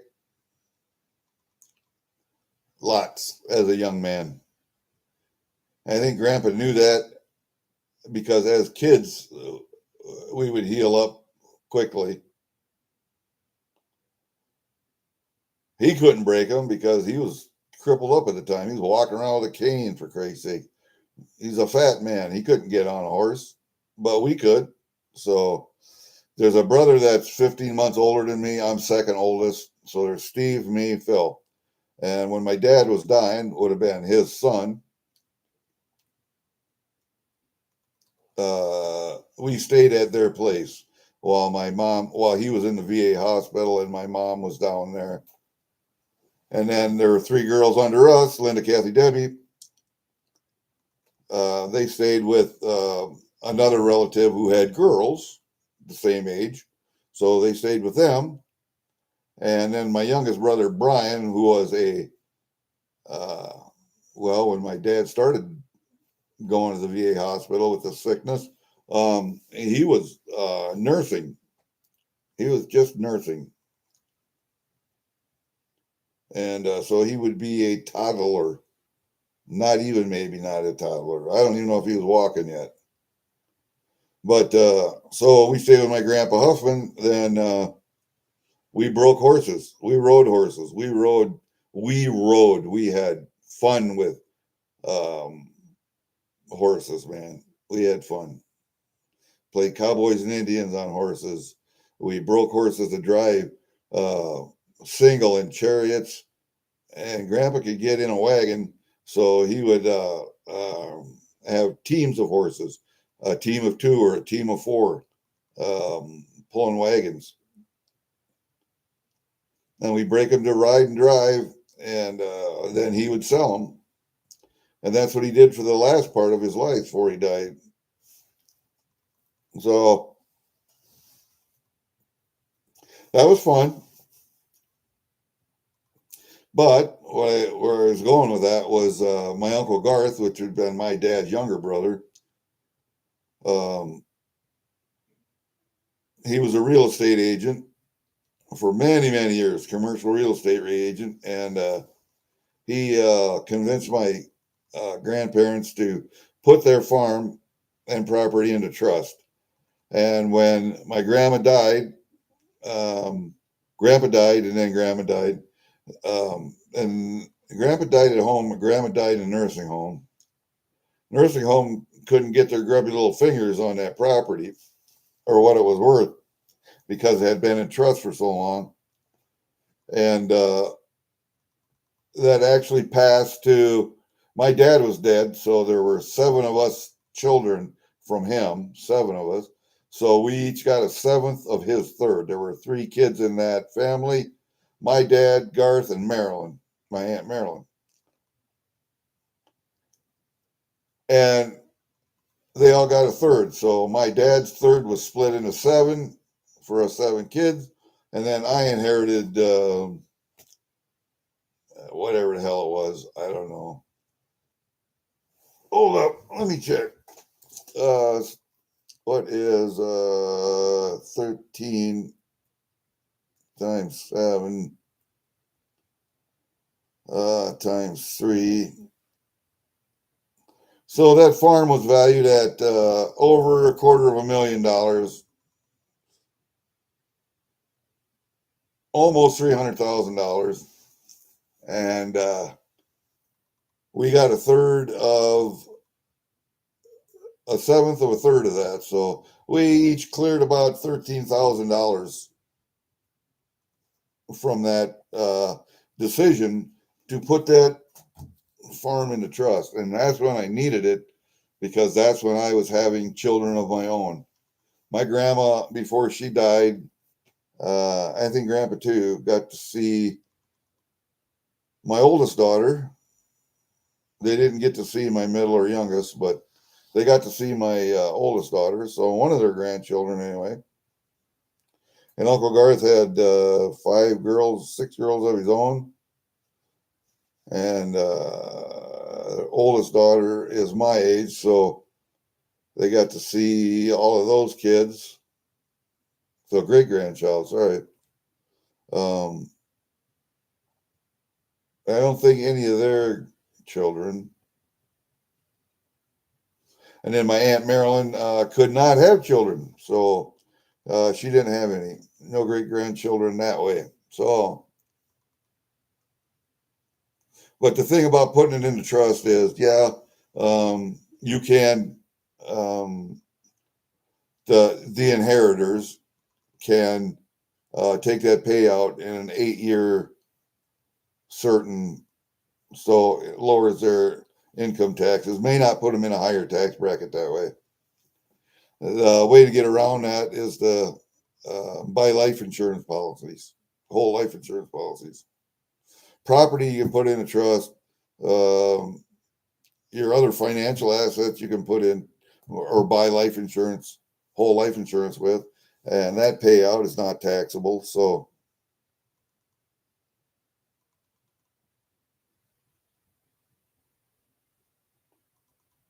well, that's why you buy it now because the value should go up, but maybe it won't. But usually that's the way it goes. So that's why you buy it now, so your cost basis will be lower than what it's worth in the future. Supposedly, that's the way it works. I don't know.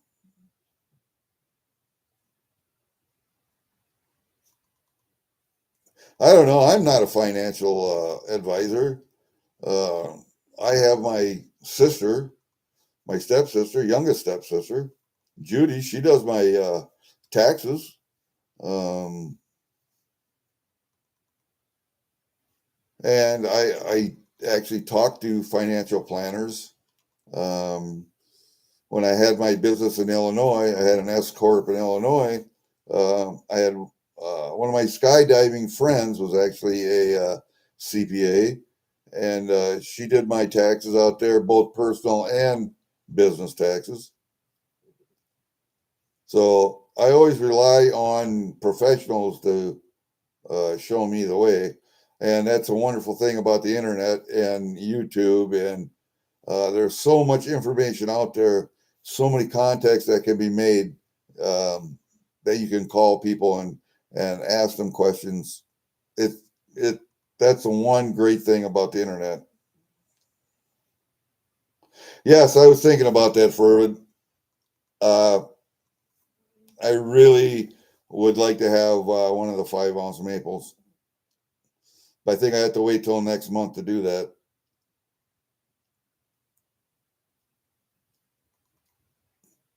because I said this in a previous video, I had an unexpected bill this month. So it was about $1,280 more than I expected. Mm. So not going to be this month.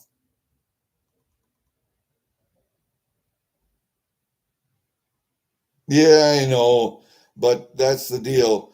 A lot of these major mints have deals with the the national mints. Um, the big retailers have deals with the national mint, and they're the first ones that get first chance at everything. So it's who can make me the most money. That's what it is. Is it the customer that's going to make me the most money, or is it the big retailer that's going to make me the most money? Fucking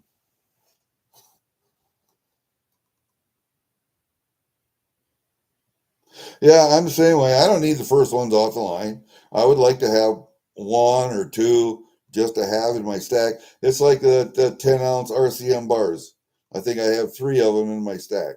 Do I want more? Yeah, I'd like to have more. Are they worth the cost? No, they're not worth the cost. It's 10 ounces of silver. That's all it is. I can buy a 10 ounce generic bar for a lot less. So But because I collect Canadian stuff, then I'll have a couple, 2, 3. Same thing with the 5-ounce maples. I'll have a couple, 2, 3. Do I need more? Nope, don't need more.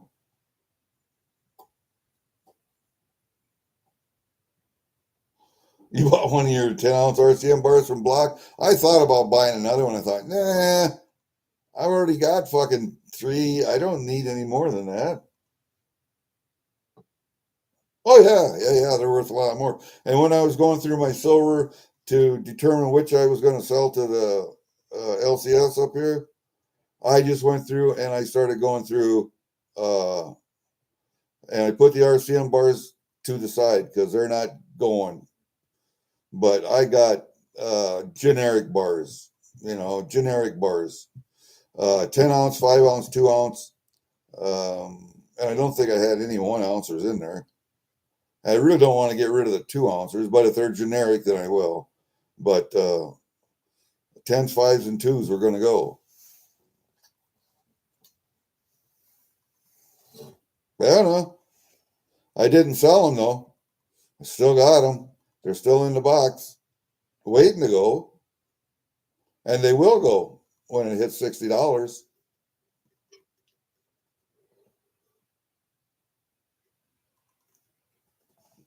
Hits $60, I'll probably sell 300 ounces. Between 250 and 300 ounces. I will probably do that.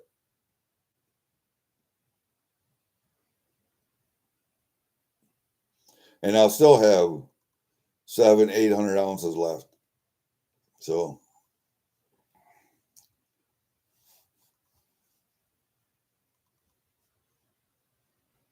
but 351 ounces of silver are part of my IRA. So that I can't sell that. No. Otherwise, that's income, and that'll put me in another tax bracket, a higher tax bracket, and I'm not going to do that.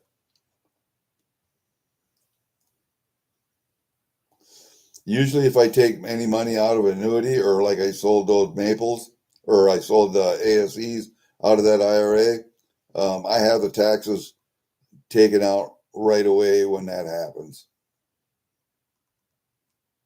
So I don't have to do that later on a tax form.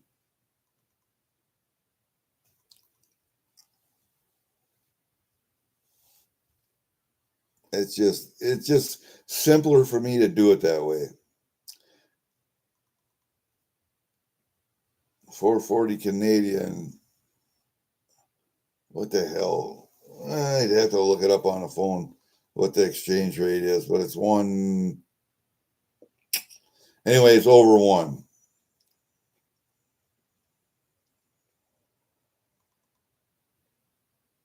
I don't know.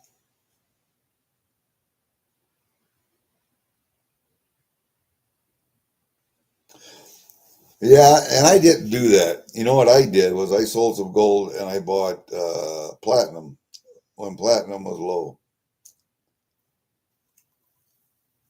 So I think I sold 10 ounces of gold. I think gold was at $2,000 then. I sold 10 ounces of gold and bought 20 ounces of platinum.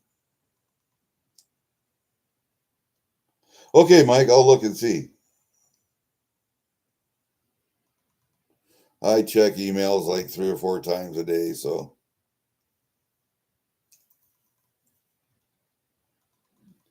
No, I sold, and that was out of my IRA, so I actually didn't take any income from it. I just called MMX. I said I want to sell 10. I think it was Eagles, or did I sell Maples? I think I sold Eagles. Sold 10 1-ounce Eagles, and I bought as many 1-ounce platinum coins as I could, then half, quarter, tenth, until it equaled out. And if there was any cash left, I left it in the cash account in the IRA. So,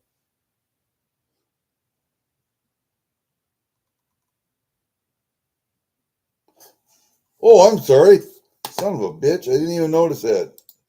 Sorry. Okay, now he should be blue. Fuck, I didn't even notice that. All right, Mike, now you're blue. Say hi again.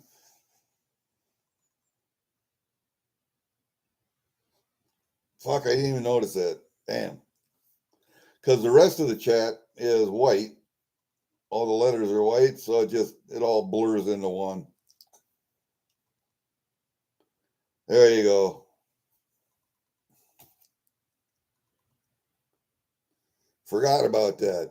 Oh, Mike, you won't mind, will you, if I send one of these chips to Jenna? Because I have another one up here on my chip tower. So I was just going to send it to Jenna. I don't know if she has one or not. If she already has one, then I will keep it here. Okay, very good. Because I got a whole bunch of shit to send her. Oh, hey, I actually smoked one of my Gurkha cigars the other day. And here it is right here. You see that cigar? Pure evil. That was a fucking great cigar. Great cigar. And I like their 12-year cigars also. But yeah, I'll buy a box of those fuckers. Those are good. Those are good. But I saved that label because I thought Jenna would like that one. All right, here's what I got.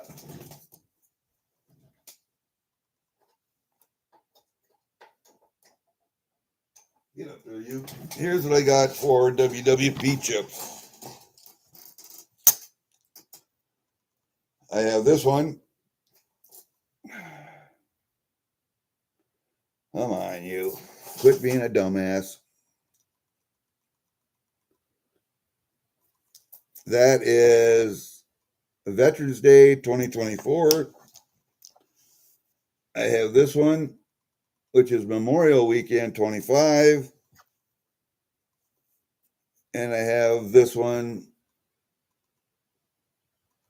which is Veterans Day 2025. So I have both of them from 2025, but I only have the Veterans Day from 2024. I'm missing the other one, Memorial Day from 2024. Oop, you fucker, come on. Quit doing that. There. I got that one from 2024. I don't have the other one. Those are the three that I have. Right there. I don't have the other one, but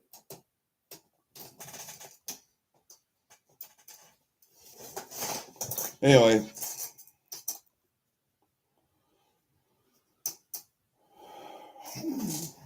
White one. I got the red, white, and blue one.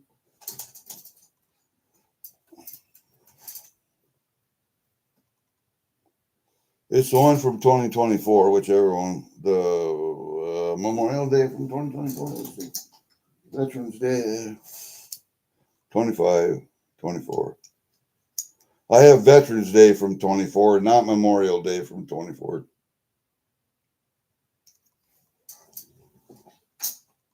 So, did you guys see this earlier? Do you know what that is?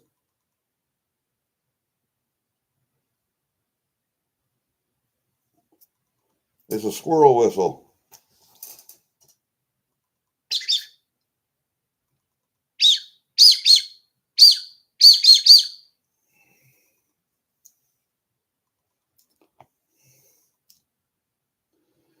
It's a cool little thing, and it works.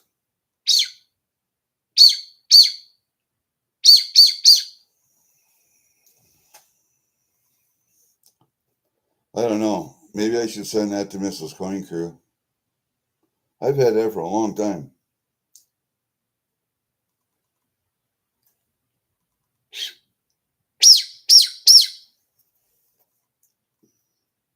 I should probably send that to her. I don't know. I've got squirrel calls. I've got predator calls. I've got crow calls. Yes, at one time I used to hunt fox and coyote with a predator call. Then I got electronic predator call. Now I got a Fox Pro, and now I'm too crippled up to go out and sit and call. But I got my crow call because that's a shot call for gobblers. And I do have an owl call also,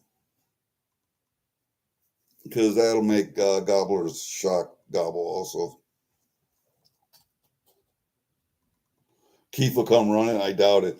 She can whistle, and Keith still wouldn't come running.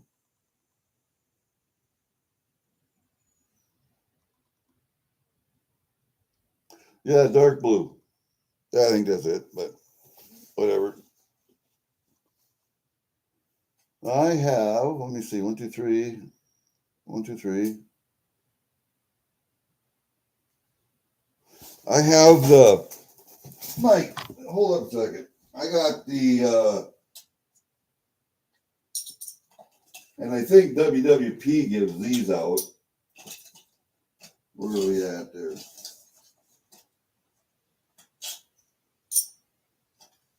I got the two key fobs, and I think these are from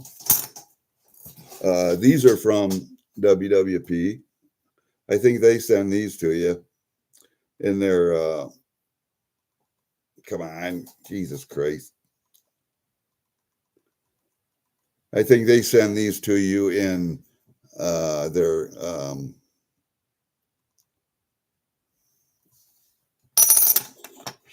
and I got this one.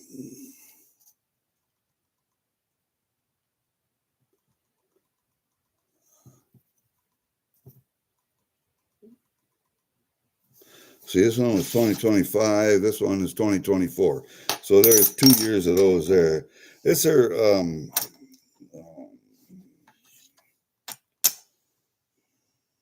their funding emails they send you. Here's the coin challenge coin from 2022.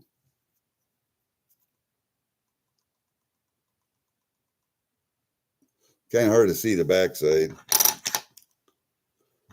And then there's one here from 2024. Why I don't have one from 2023, I don't know. And that's the backside of it. The backsides are the same. And then I got one from 2025. And I think that's all they're raising money mailings. So I got those too. Why I'm missing some and not others, I don't know. But it's hit and miss sometimes with that stuff. But yeah, when they do fundraising mailings and stuff like that, a lot of times these will come in the mailings.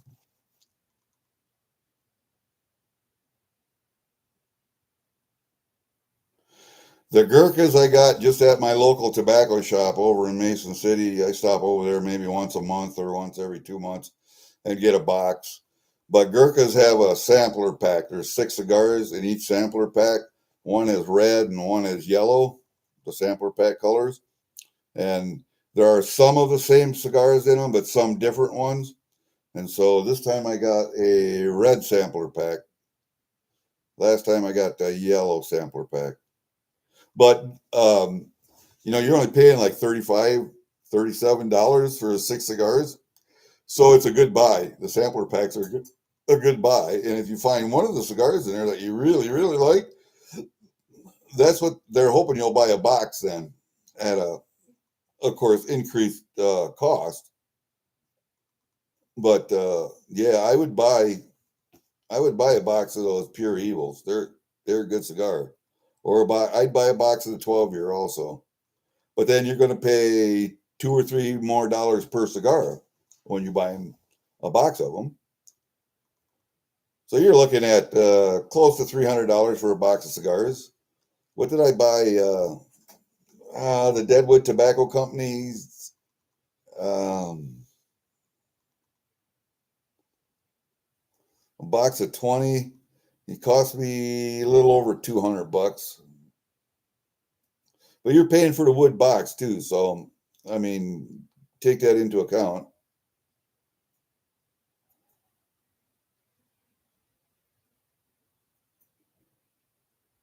But yeah, I got that one. I wish I could do this and show you on the screen. I don't know if I could put it in the chat or not, but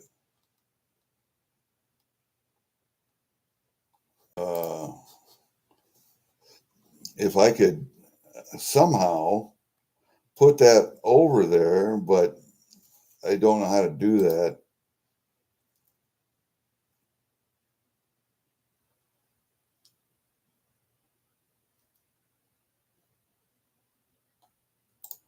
Let me open that in a new window. Let's see if I can do this. I don't know how to do this. See if I can import.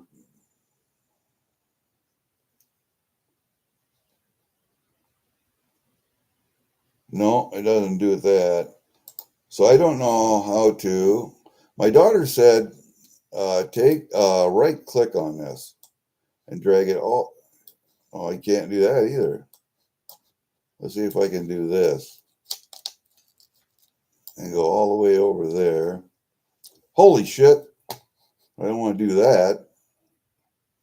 I want to do this, I think. Okay. Let me see if I can drag that. Now that I have both of those there, I'm wondering, so I got them side by side here. Hold up. I'll do this. I'll just turn the camera around and I'll do that. Drew Estate, Deadwood Tobacco Company, The Girl with No Name. See, I thought there were only 4 lady cigars. 4 lady cigars is what I thought. And that was Sweet Jane, Fat Bottom Betty, Leather Rose, and Crazy Alice. Those are the 4 Deadwood Tobacco Company lady cigars that I knew of. And then Stuart sends me this one. He said, no, there's 5. The Girl with No Name. I have not seen those. So the next time I go to the tobacco shop over here, I'm going to ask them if they can order them. I want one.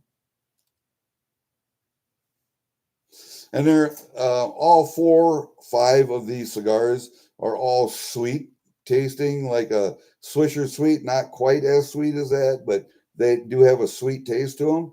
They're a good cigar. They're a really good cigar. But yeah, I only thought there were 4. And then Stuart comes up with this one. I'm going, where the fuck did that come from? I had no clue. So I might just have to go on their website and see. I'm going to X out of that one. And then I'm going to do this just like that. And then we're back. I'm getting better at this shit. I can at least split screen now. So when I'm doing a live stream, I can actually look at YouTube on the other side. Like say if I was using OBS and YouTube, I can actually do that. Now I know how to do that. My daughter taught me how yesterday. So I can actually look at both. I had no idea how to do that. Oh, sorry about my hand, but that's where my daughter's screen door poked me in the palm. And it's still open. So yeah, it bleeds a little bit. Hey Black, what's up, buddy? What are you binning? The Girl with No Name? Oh, you got it. Okay, good. Yay.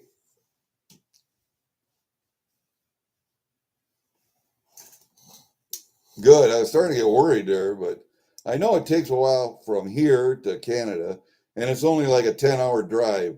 I could drive from here to Canada in 10 hours. 12 maybe. Nah, 10 hours. And it takes fucking 2 weeks to mail it.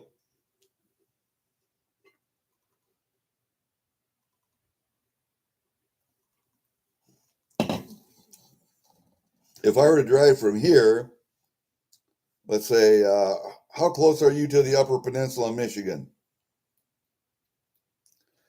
You're above New York, aren't you?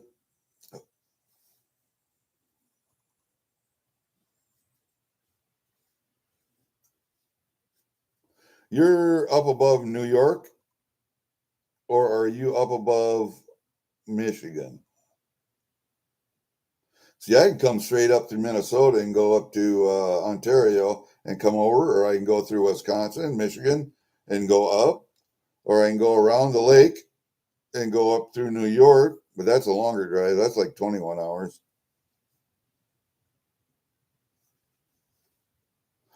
Yeah. No, your location, dick. You know what I meant.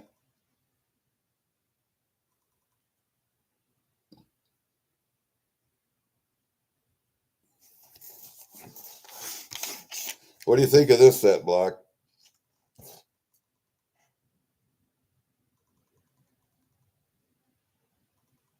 It's a 64. Nice set, isn't it?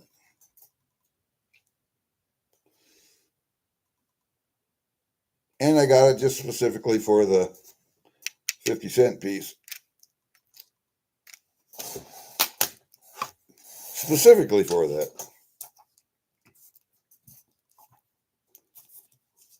And then I got a couple of Eagles, 2021.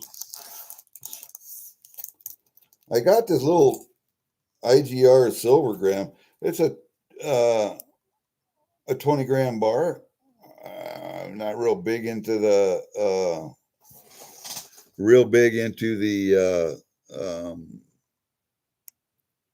little shit, but 20 grammers seem to be okay. I don't know. Come on, quit being a dick. There you go. And it's still sealed up and everything, so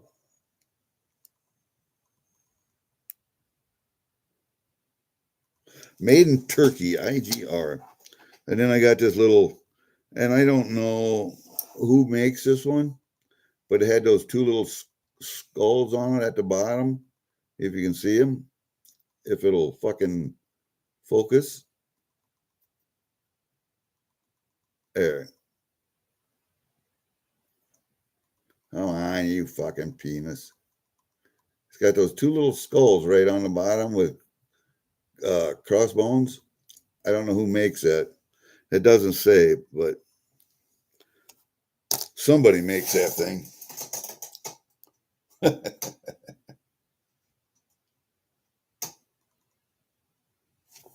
Yeah, I like Canadian coins. Why do I like Canadian coins? Canada has some of the best designs and series. They got songbirds, their wildlife, their predator fish, their predator birds, their fucking they got superheroes, they got dinosaurs, they got fucking heritage stuff, they got art stuff, and national parks, they got provinces, fucking everything, man. There's something for everyone. The variety and the quality is, I thought, real good, except when I had a little problem with the fucking milk spots, but they took care of that. So, and I especially like their old stuff, their old 925 stuff. But yeah, there is something for everyone, and you find that other mints, like the United States Mint, actually copies a lot of the stuff that the Canadian Mint comes up with. Like privy marks on fucking their eagles, and they did a national park thing, America the Beautiful series. the state quarters, um, the women historical figures, women, um, men. Uh, so the United States Mint is always behind the Canadian Mint in ideas. So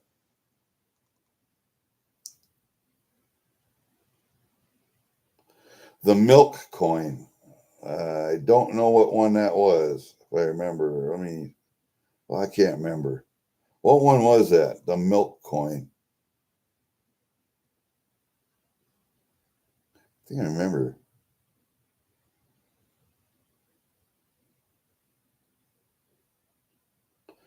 If it was a Canadian coin, I did not get it, and that was one of my things I was going to talk to $1 Million Meg about. I did get one Canadian coin. That was Angels and Demons. But then they had another one on Tuesday. I think MLZB got that one. I'm not sure. He tried to get the first one too, but I sniped his ass. I don't know what the milk coin is. It's a 50 cent Canadian that has a green enamel on it. No, I didn't get it. I tried, but I didn't get that one. There were a couple Canadian coins I didn't get, and there were reasons and stuff, but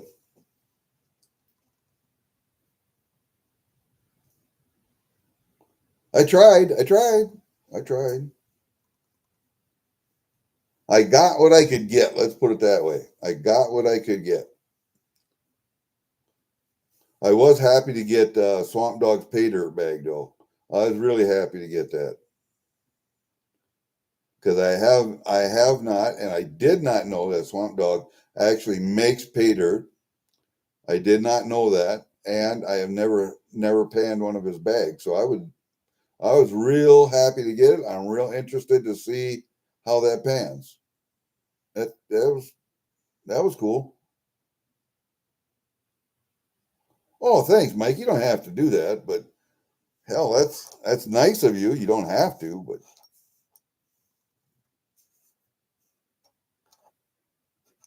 and you're gonna say, I know I don't have to. I want to. Okay, well, thank you very much.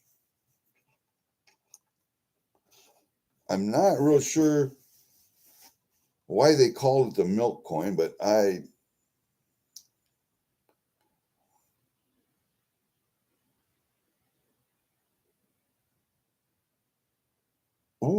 baking soda, hot water removes weight. I didn't know that. How does water remove? Well, yeah, if you have dirt, grime, and filth on there, yeah, I could imagine that would remove weight. But then any cleaning method would uh, remove weight. I mean, even an ultrasonic cleaner. Okay, there's a dairy cow and a milk jug. All right. Is Canada known for milk like Wisconsin or California?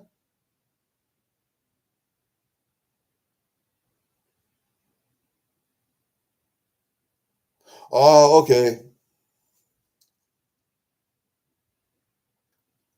Yeah, baking soda is caustic, so yeah, I can see that.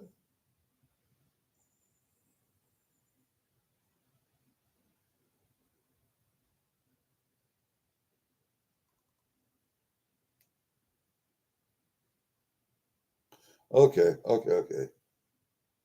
Well, how about an ultrasonic cleaner then? Not something that vibrates like my brass cases for my reloading, because I use a tumbling medium in there. But an ultrasonic has no tumbling medium. It's just a mm, sound wave that should loosen dirt and filth and stuff without making it appear like it's been cleaned.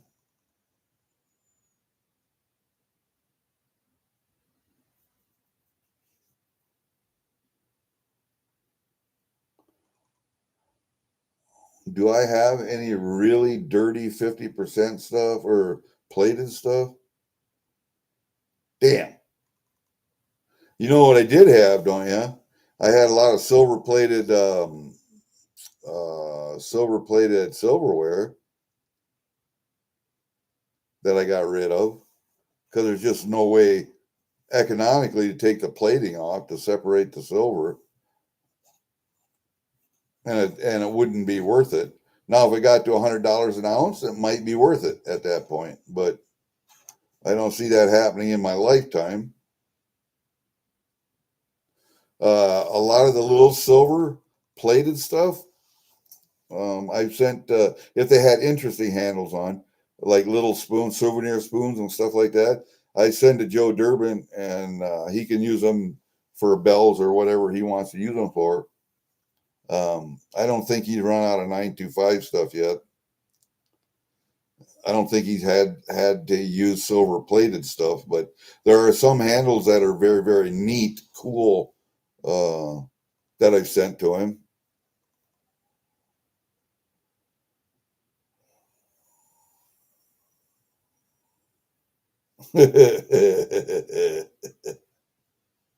Hi, Emo. How you doing, buddy?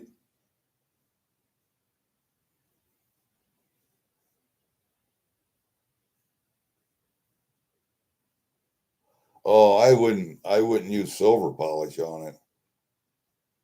I just leave the milk on it. Hell. But I would think an ultrasonic cleaner would do better than scratching it with an abrasive, because that's what silver cleaner is an abrasive. I wouldn't do that, but no, I wouldn't do that. And what's the point if you're just going to melt it anyway? But if you're going for a resale,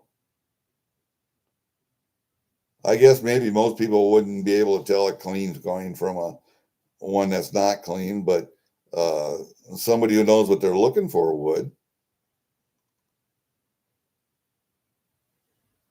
I don't know, man. When it comes to cleaning coins, my whole philosophy is don't just leave them alone.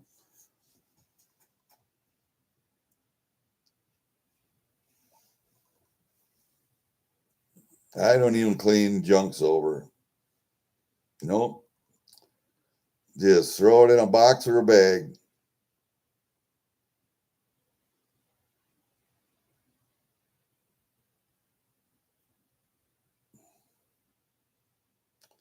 Because when it comes right down to it, you're going to use junk silver for, you're either going to melt it, or if it's a constitutional junk silver, like 90% stuff, you're going to barter it. So it really doesn't make any difference uh, if it's got scratches on, or if it's got a dent here or whatever. If it weighs right, it's right. That you're bartering for silver, what the cost of the silver is worth, not how it looks. So yeah, there I can see it, but why go through all that trouble?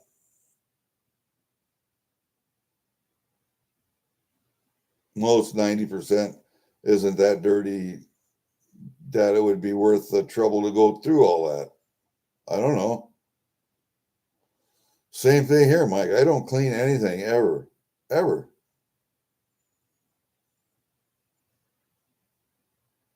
I won't even do it on bullion like buffaloes. I won't do it at all.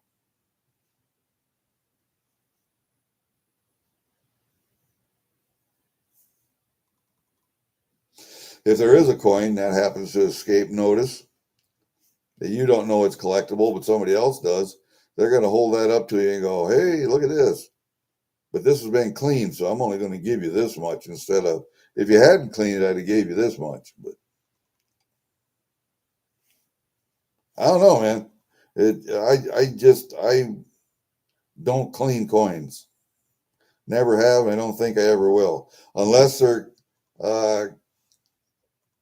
unless there is a technology developed that will clean a coin. It's non-invasive, leaves no marks, doesn't remove any weight. Then I might consider it.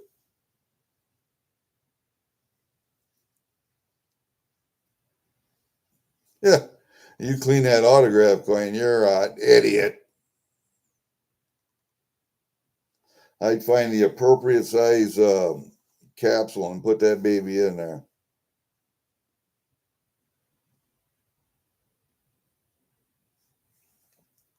And I don't have any of the appropriate size capsules for that. What I have, hey, Block, Fervid, do you have the capsules that would fit in that little thing right there? Because that fits in here, that thing that I bought from Block. And the other one was different because it just sat, the capsule just sat in here in a recess. There was no plastic little card that it slid in. This capsule will not fit in this card. And I'm not sure what size it is. See, that fits in there. It won't fit. It's too big, just too big. I think it has to be made specifically for that. And I'll bet the Canadian Mint did, but, and see, I took one of those RCMP quarters and I put in this capsule, but the capsule is even too big for that quarter. So I'm thinking if I get the appropriate size for this Canadian quarter, that it would fit in there, or would fit in here. I'm thinking. See, look at the quarter size. See, that would, if you had the appropriate size capsule for the quarter, I think it would fit in here. But this capsule fits in there. So I'm getting there. I'll figure it out one of these days.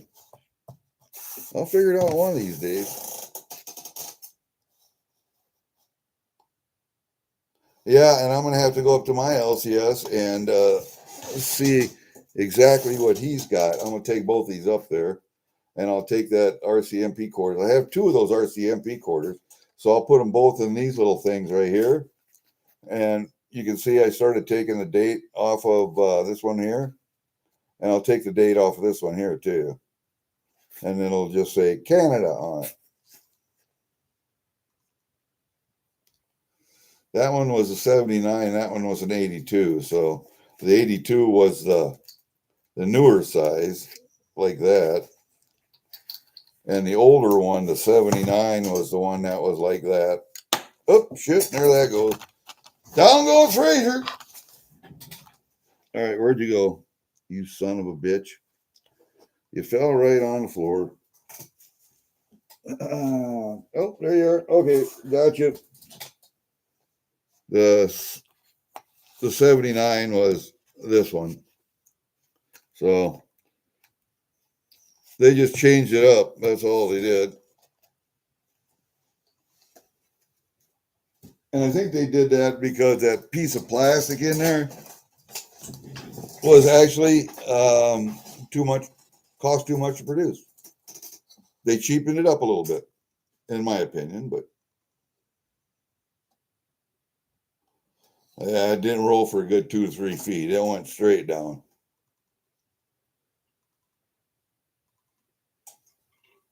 $11:30 already. Good God Almighty! I wish my daughter would get back from McIntyre, or maybe she went from McIntyre right over to my mother-in-law's house with that humidifier. That could be. So if she gets back here this afternoon, maybe she can help me put that door on. That's what I'm hoping. Why aren't I chopping wood? Because I got I got all that cherry split. It's laying in a pile out there. And as soon as I burn all that apple that's on the trailer, then I'm going to put that cherry on that trailer, back that into the shed until that guy wants to buy it from me. That's correct. It's not a Goomba stream without the coins falling on the floor. I got shit falling everywhere. Oh, do you guys? I showed Jenna this earlier, but you guys, these fuckers right here are the bomb. Are the bomb. You cannot quit eating these things. Look at the calories on there and the serving size. 150 calories. What's the serving size? Serving size, 4 pieces. You'll sit here and eat 5, 6 serving sizes. Easy. These things are as addicting as they can get, man. I don't know who fucking come up with this idea, but this was fucking great. I have 4 bags sitting out there in my kitchen. I got this one. I've eaten 2 already. God damn, those are good. You sit up here late night streaming with Steve Looking for Silver or MLZB or whoever. Block, that's another good one. When he's coin roll hunting or whatever. And just, you sit here and eat these fuckers, just one after the other. Scratch and dent stay. You know, I put coins in bags, in capsules and in bags, so that the fucking capsules don't get scratched also. What is this one? 2 ouncer? 20, yeah, it's my 2021 2 ouncer.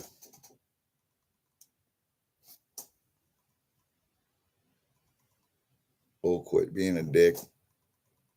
Yeah, see, my 2021 2 ouncer. And I'll put them in a capsule if they come without a capsule. But then I don't want the capsules to get scratched either. So I put them in plastic like that individually. And then if I put them together, I put them in another plastic. Just so that they won't get scratched. I got a bunch of them laying here on the table. I have to inventory or re-inventory. See, I've got 2 of these.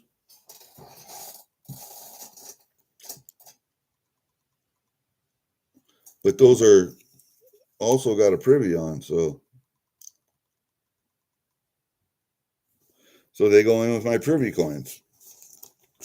And I have to look and see. Hold up, I even have to look and see. I don't know if I did that or not. All right, Squirrel Call, you're over there. Oop. Hold up a second, we'll look. Privies in a while. Let's see here. And I don't know if I got down. Let me see. 2021.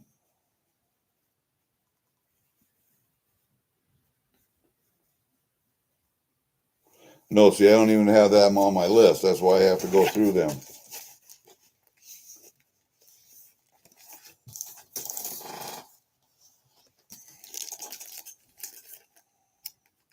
So those 2 Thunderbirds, they have to go on my privy list, and I don't have them down. That's why I got them up here on the table, so I can go through them. What the hell?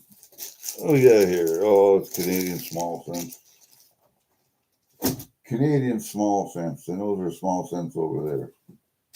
Okay. What do I have here? All right, here's the other one. Let's see. Where did those go? Where'd I put them? They're under here. No, they're not under there. Where'd they go? Where'd they go? God damn it.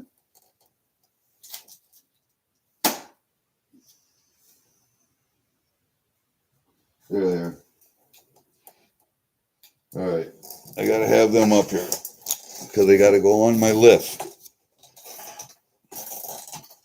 They got to go on my list. Hey, Block, Fervid, you guys.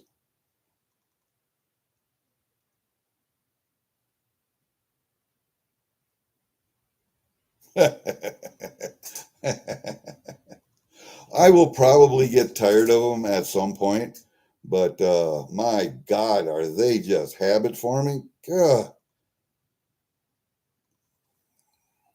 You guys have Hooters up there? Or have they all gone out of business? See, I got the shot glass and I got a beer mug too. See, I got my glasses in there now, but I think I'm going to give them both to my younger brother, who has my youngest natural brother, because I have two stepbrothers that are younger too, but my youngest natural brother, and I will give him, because he's got a bar in his basement, so I will give him the Hooters mug and the Hooters shot glass, I think. I'm just getting rid of shit, you know. I don't need all this stuff sitting around. But I keep making shit, you know. I have my ticket books over there with concert stubs in. I got 2 books full of them, and that's not all of them because I didn't keep all of them. Or you don't get ticket stubs anymore. And I got 1 book full of coin community stickers and drink things, coasters. I got 1 book full of those. I got another book I'm starting with all of the gold panning community stickers in.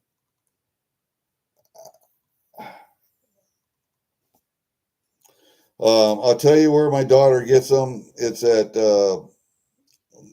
Blaine's Farm and Fleet, or Fleet Farm in Cedar Falls, Iowa. Now, I don't know where else they sell them. That's the only place she's seen them so far. And it's not very far from her house. So I said, anytime you're over there, pick me up a bag or 2 and I'll pay you for them. Hooters is where all the waitresses wear tight little skimpy orange shorts and are very well endowed breast-wise and show the cleavage. And Hooters, they had great food, but they also had great scenery. So they were big. That's what big breasts are. They're called Hooters. Big Hooters.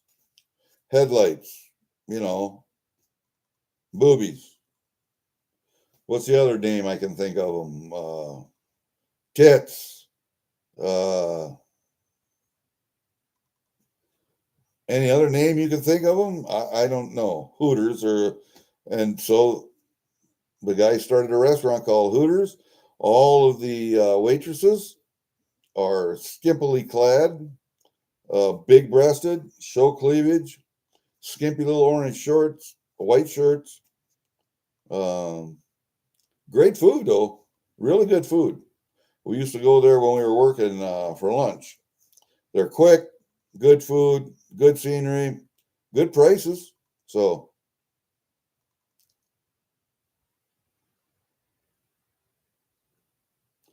I don't know. I thought they were a good restaurant, but yeah, Hooters will make your pants tight. You eat just a shitting.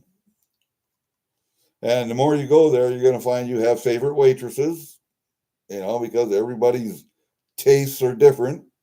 You'll find you have, and you're sitting in that section which that waitress uh, is in charge of. Yeah, you'll find yourself going there a lot.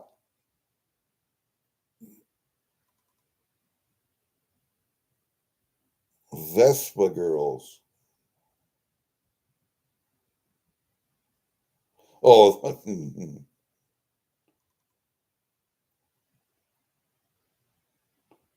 Those are the big girls he used to take home after 2 o'clock in the morning at a bar. You're looking at her through beer goggles, and yeah, a fun ride, but you don't want your friends to know that you rode her. Yeah.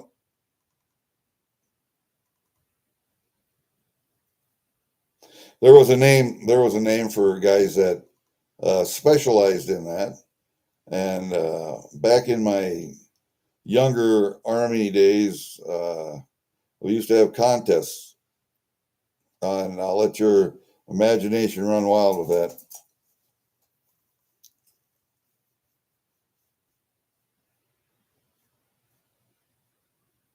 All right, Fervid, we will see you. I will get you an email sooner or later.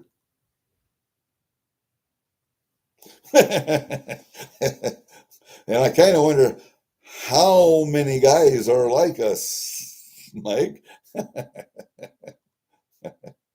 especially young men looking through beer goggles. Yes. But I am amazed. I really do. We're gonna end this. I gotta go out to the shed and clean up my butchering room and put all my gold panning stuff away so we can actually use it for what it was intended for, butchering meat.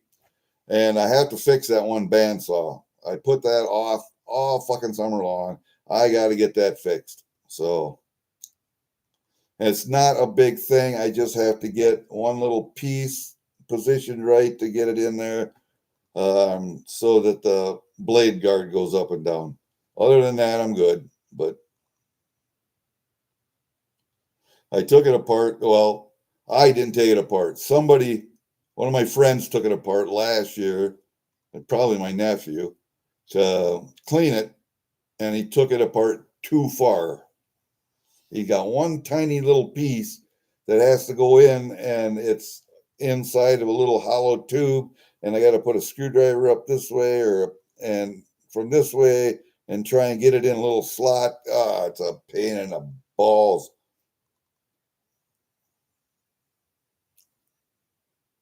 All right, very good, Mike. Thank you very much. I will end the stream, I think, because I got shit to do. All right. So we'll see you guys later. Peace out. Do do do do.